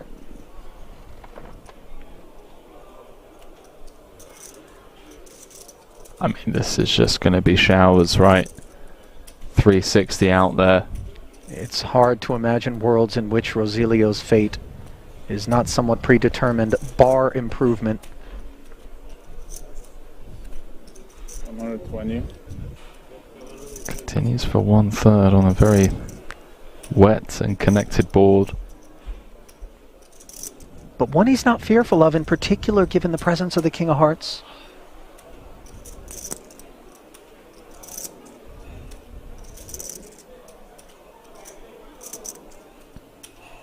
There really aren't many great turn cards for us, even with Ace Queen. Only King, Jack, Heart gets uncomfortable. Yeah, it's the cards 7 and below that are in a heart, really, that are the cozy ones. But maybe if he plays this as a flat and something damp enough surfaces on the turn, there are escape hatches available. Ace of Hearts, Jack of Hearts. Well, the ace obviously would hit Rosilio, forgive me, but let's see. Check raise to 290. The fuse is lit here.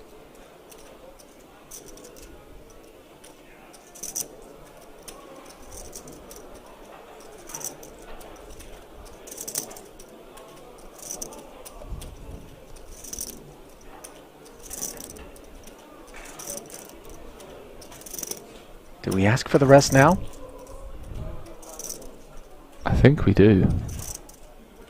Don't hate trapping, but there's enough out there already to just play for it all as he does announce himself. Yep. And Rosilio, obviously not in love. The jam here, the instances in which we beat the opposition, I think is the Ace Jack, Ace King of Hearts sort of kit. Take another 2 minutes. Yeah, I mean, looks like a bit of posturing perhaps for pay jumps. There isn't any on the horizon. Yeah, 53 remaining. We're going to be at a flat 27,100 all the way up until 47th when we get a jump of about 3,600. I mean, I say posturing, I do apologize. This is a genuine decision here. This isn't just for a pay jump. This is for a potential 2 million chip pot with 52 players left and 1.5 million for first. We've got top, and our opponent's jammed on us, but he can't get away from it, Ali. Yeah. And it goes. Wow. 2 to come. He still has 20% equity, but a 4-1 dog for his tournament life here in the main is Hen Rosilio, the late arrival here at this feature table up against the Austrian Neugebauer, who has his sights set on the 2.1 million in the middle. We move to inside. What our table number? Oh, okay. Turn is as dry as it gets. A veritable Kalahari desert in the form of the deuce of clubs. Can Rosilio find the needed queen or ace? On his feet. Doesn't appear particularly optimistic. Maybe trying to use a little reverse psychology with the deck. Ineffectively, though. Jack of diamonds. One more hand. Will polish off his remains. One more hand. And that'll do it. For Hen Rosilio, 52nd place, 27,100. Ask yourselves whether or not you'd find the escape with ace queen in the spot as played.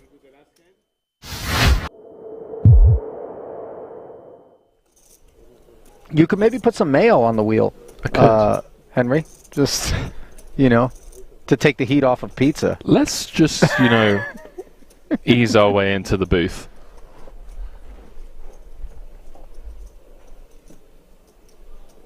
Pocket sixes. Let's see how the German eases his way into this one.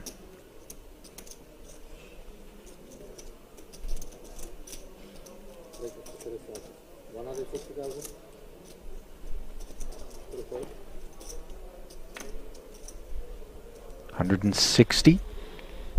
Min raise here with the blinds at 40, 80, and 80. Yeah, we do have about 10 minutes left on this level. As we worked our way down the final two tables, Vela, Italian, currently 14th in chips. Just going to proceed with caution by the looks of things.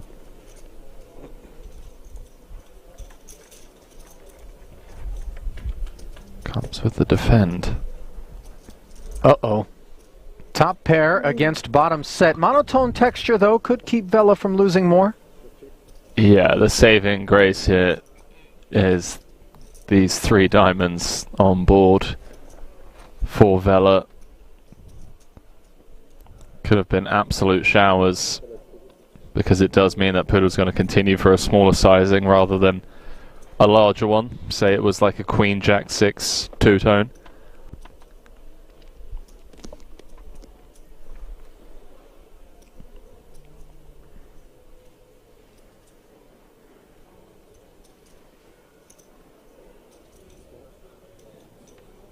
Another 200 into the middle after the check call of 100K.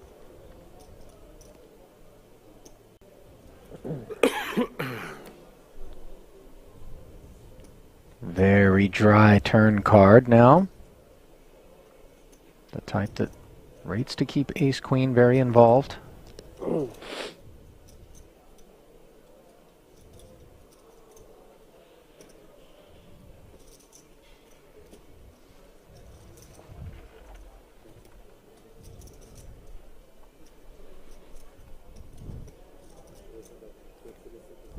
Wow, he's gone pretty big, 5-10. Trying to get all of the money in on the river.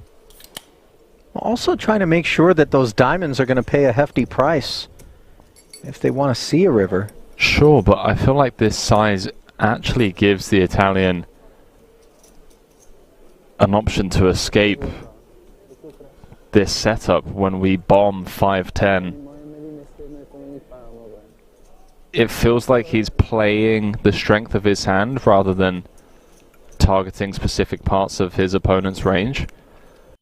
You know, like this bet size, for example, just folds out all Jack X. It folds out a lot of the Queen X. And those are hands that we should be trying to get value from, right? Feel like we could have sized closer to half pot. But what do I know? Because he's getting paid. That he is.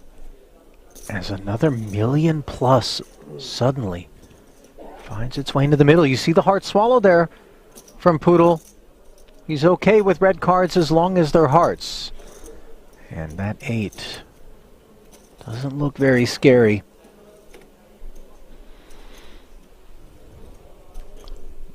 But maybe it's like, okay, now I want to target one pair hands.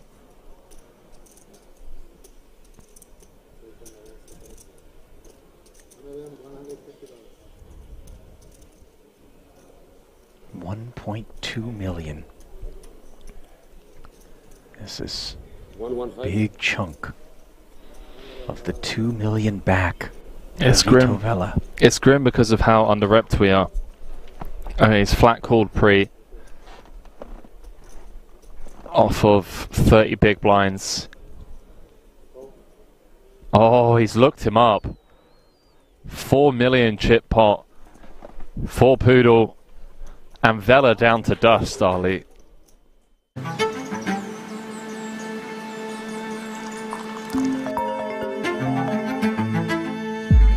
What's Are you ready for today? Yeah. See you at Kings.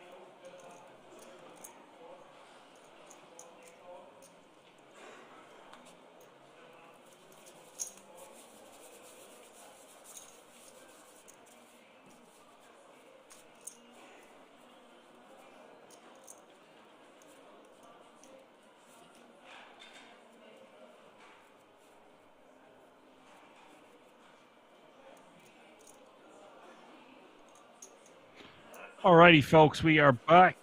Let's put a ribbon on this thing. Who's still with me in the chat? Let me know.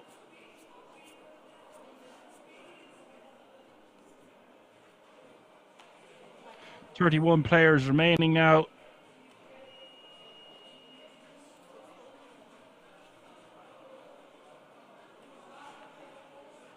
Latura says hello, hello.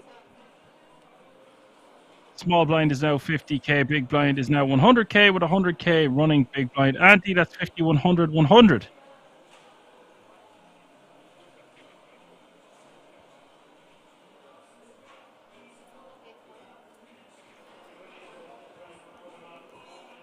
Poker Gooby says, I'm with you. Thank you, Poker Gooby.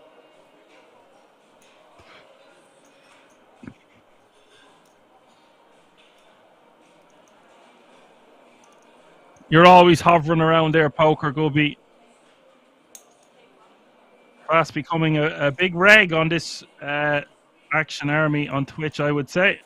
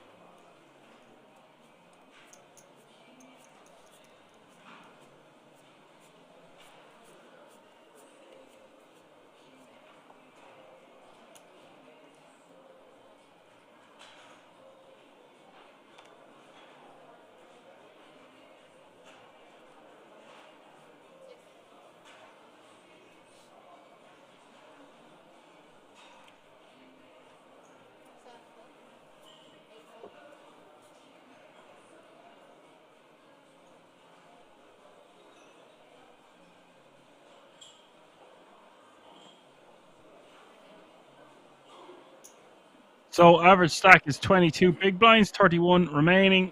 That means everyone is guaranteed a minimum of €695. If you're just tuning in now, you're watching the Czech Poker Masters Winter Edition live from the King's Resort in Rozvadov. Poker Gubby says, yes, he loves to play and watch poker. Yeah, and I don't know anything about you, Poker Gubby, but sometimes it's nice to do both, even though I don't recommend it if you're multi-tabling any capacity. And you should be concentrating anyway, but I think there is something very powerful in having one or two tables on the side while watching the poker. It's amazing what you pick up from playing yourself, and then you analyze, say, the stream, and then vice versa. Then you pick up something on the stream and decide to try it out at the table. So I like the way there's a symbiosis there between playing and watching. So nice one for that comment.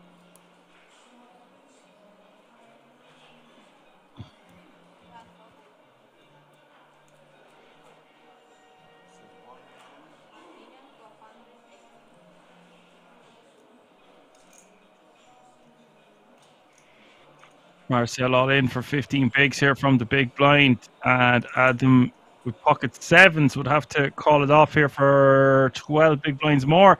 I think because we're blind v blind, sevens are going to play well, but it is a very large portion of our stack. Let's see what he does here.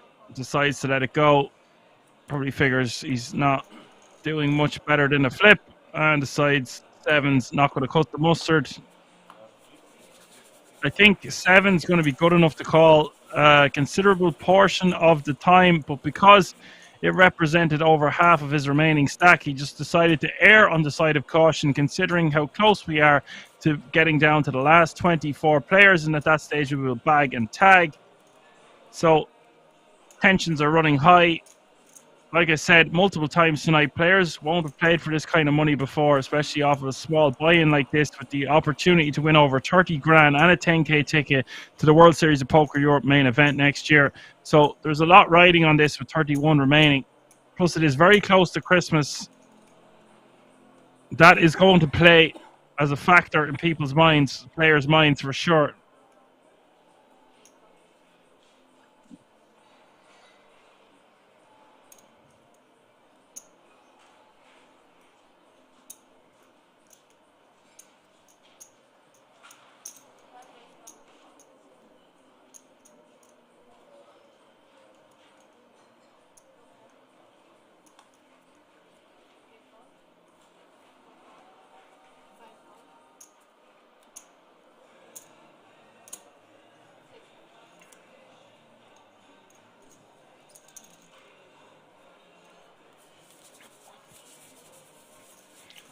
And Latour says, last time they were playing poker in the casino, had ace king, man called a 6-6, turn was a king, and the river was a 6, so it was so sick. Well, brush yourself off, get back in the mix, and don't give up, is what I would say. We don't take kindly to bad beats around here, just the way it is, because we see so many of them all the time. You have to become desensitized toward the bad beat side of things if you want to be a successful poker player at any capacity.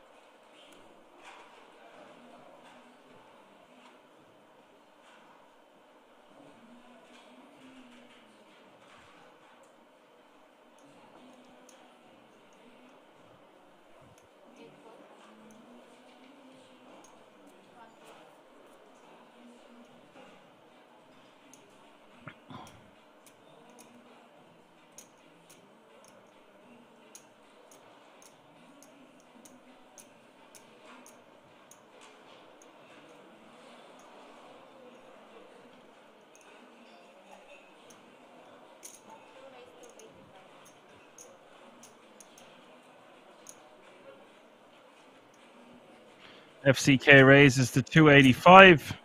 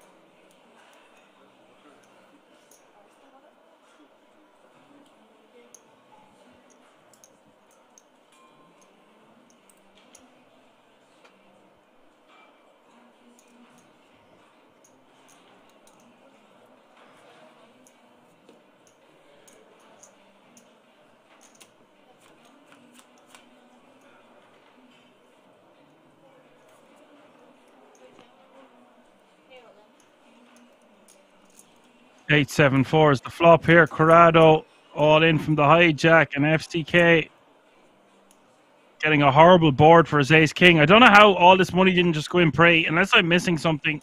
I don't think I am. 30 players remaining now, so 6 eliminations away from bagging and tagging and saying goodnight to the bad guy.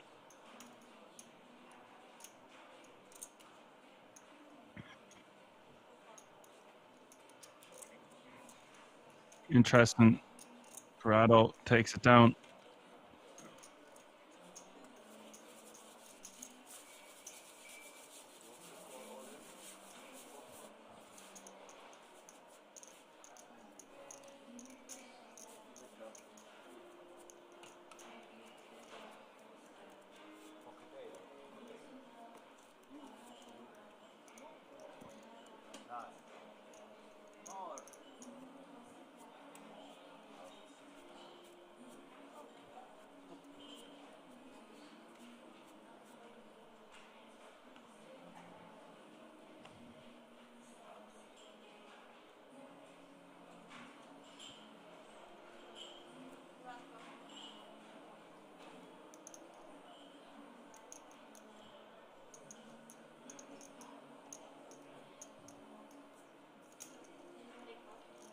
Now Stefanos, down boy, fold.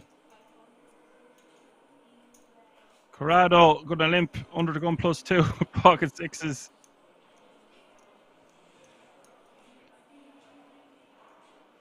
Them gonna call behind here in the hijack with king 5 of clubs. Wouldn't really recommend limping behind with a hand like this. Ricardo on the button now. Definitely wants to be right.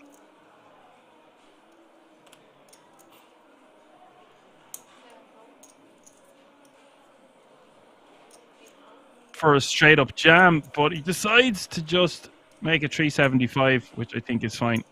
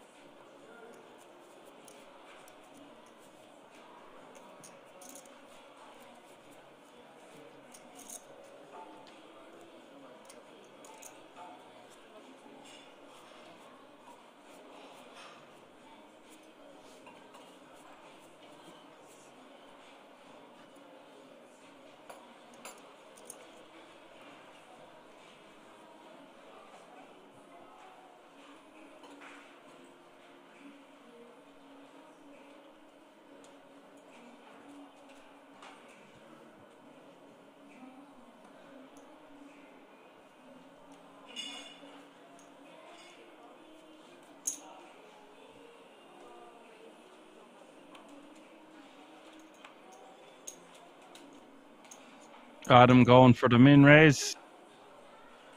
Ace 3 of diamonds.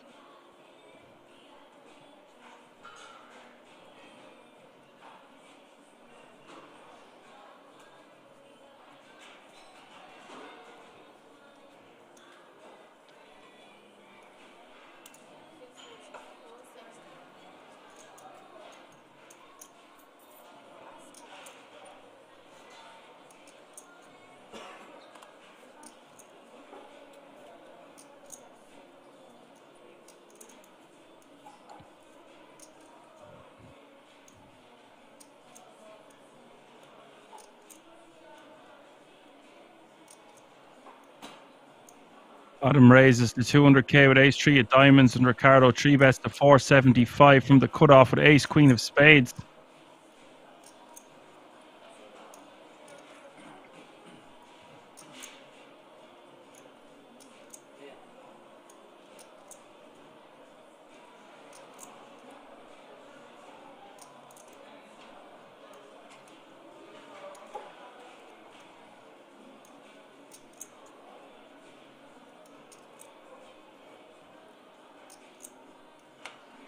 And the action on Professor, forced to let his hand go. As Quackle says, woof woof. I hear you, big. I hear you barking, big dog. But you can't bark like a big dog if you pee like a puppy. 29 remaining, 5 eliminations away from the end.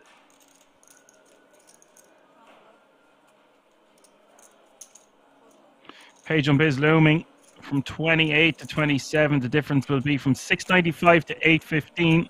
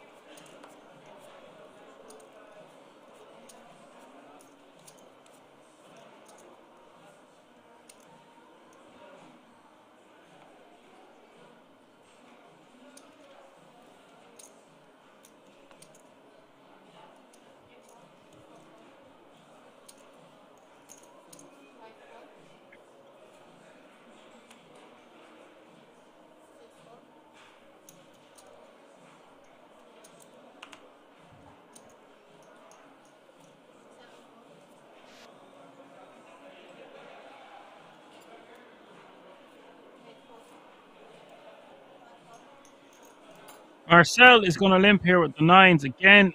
Don't really recommend doing this.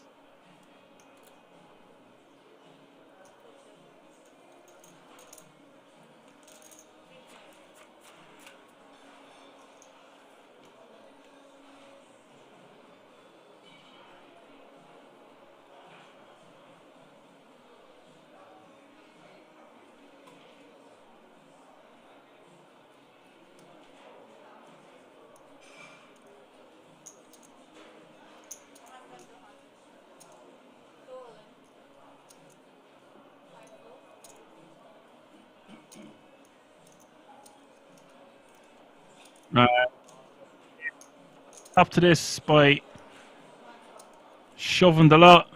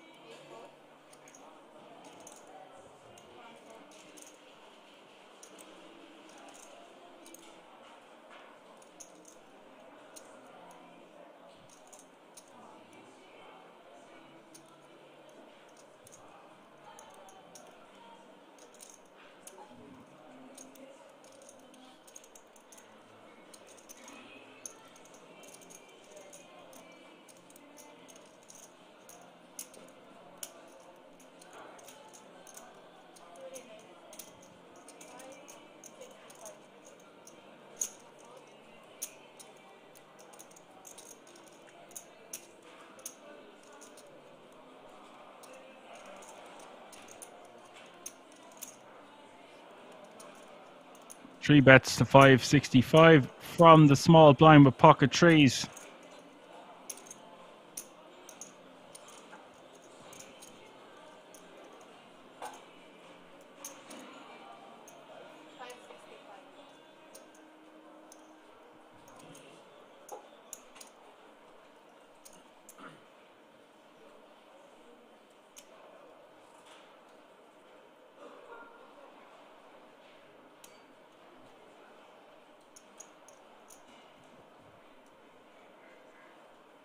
$340 more for the professor to call, but A7 offsuit not going to cut. Whoa, it is cutting the mustard.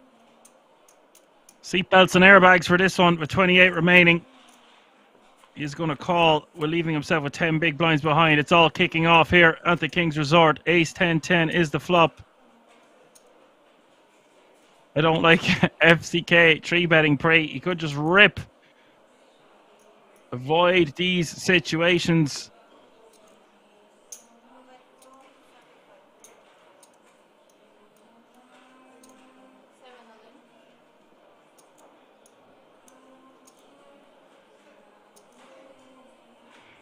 Professor just shoves the lot, and FCK is not going to be able to withstand this pressure.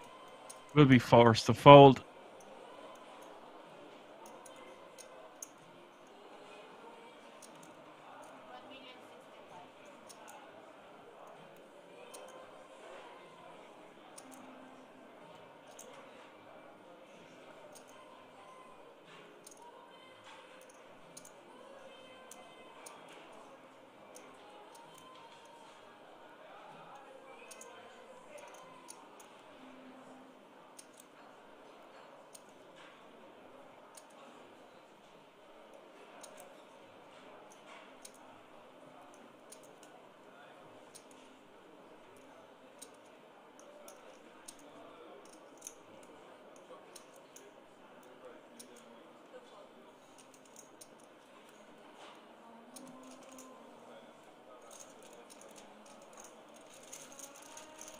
And FCK going to lose a considerable portion of his stack trying to take that one down.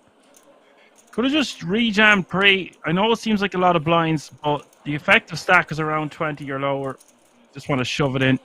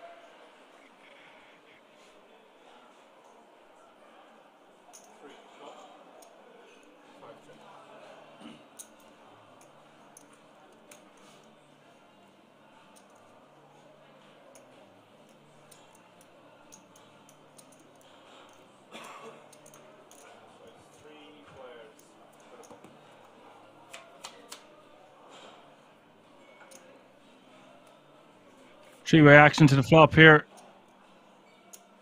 10-4 deuce. Not much for anyone. Pair of deuces for Marcel.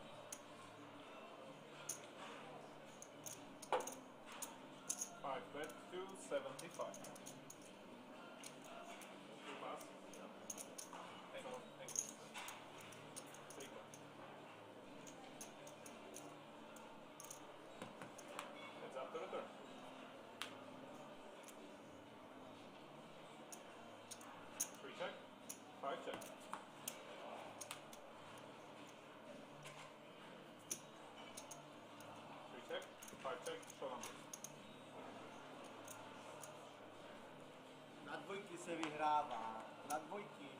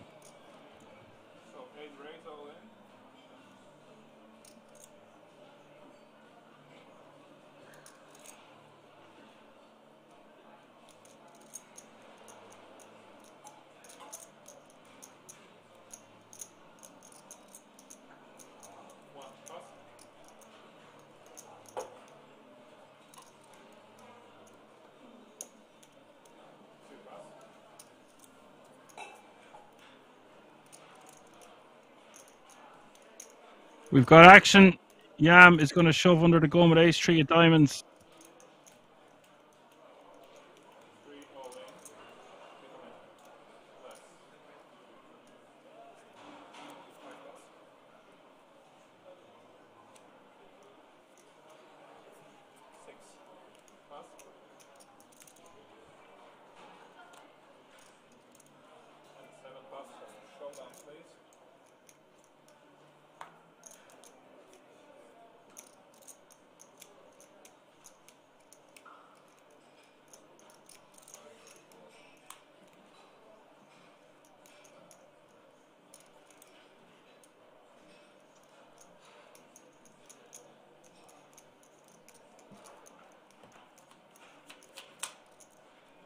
It is all in with the kings against the ace 3 of diamonds. 1.8 million in the pot. 987 all clubs. Corrado 90% equity. Yam needing an ace. An ace from space. Turn is the 4 of diamonds. Just 2 outs as we hit the river. River is the 6 of spades.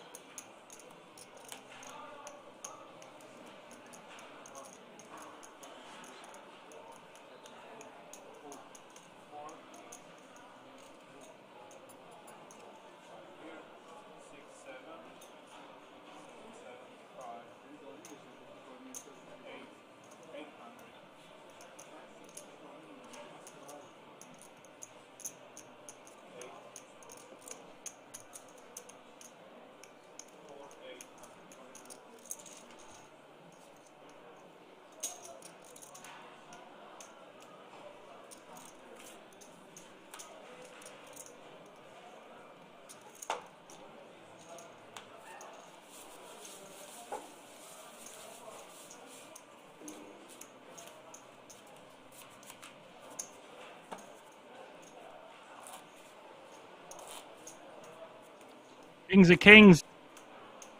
Not a bad time.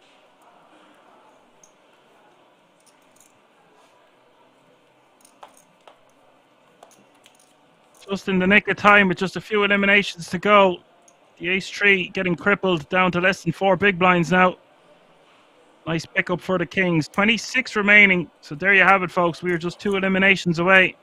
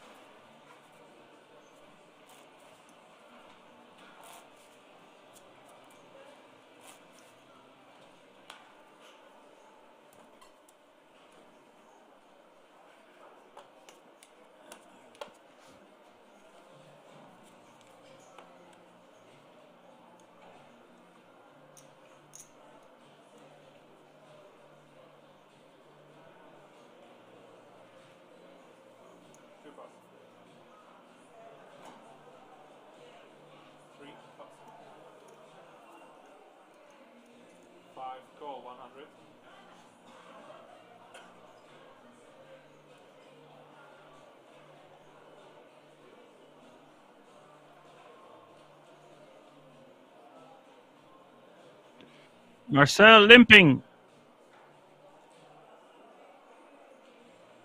Limping with ace king here in the hijack.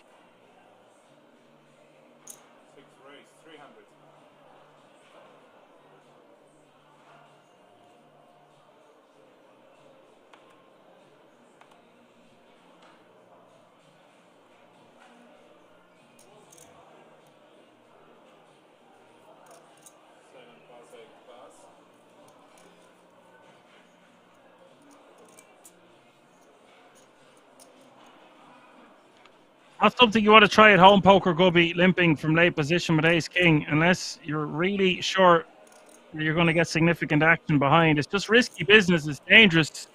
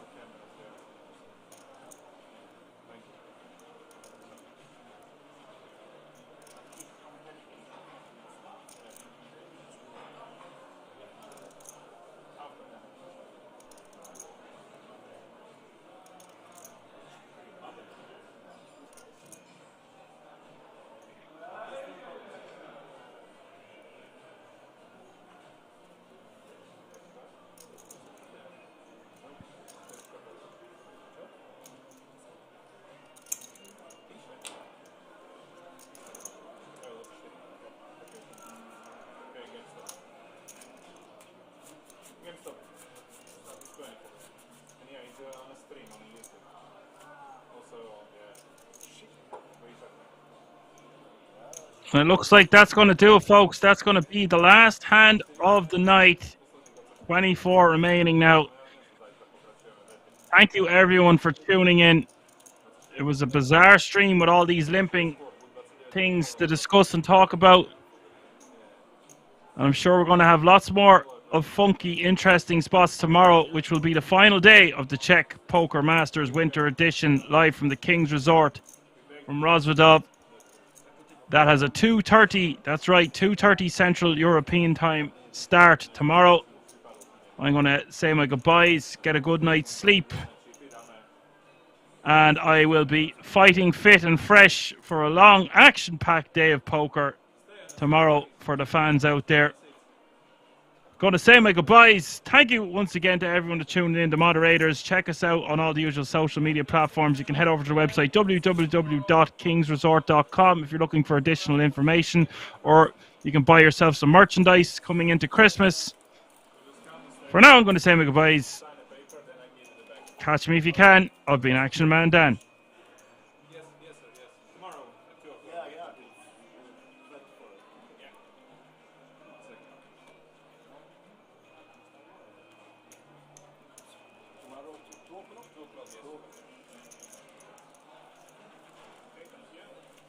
Sign a paper, who knows the chip count, then I give you the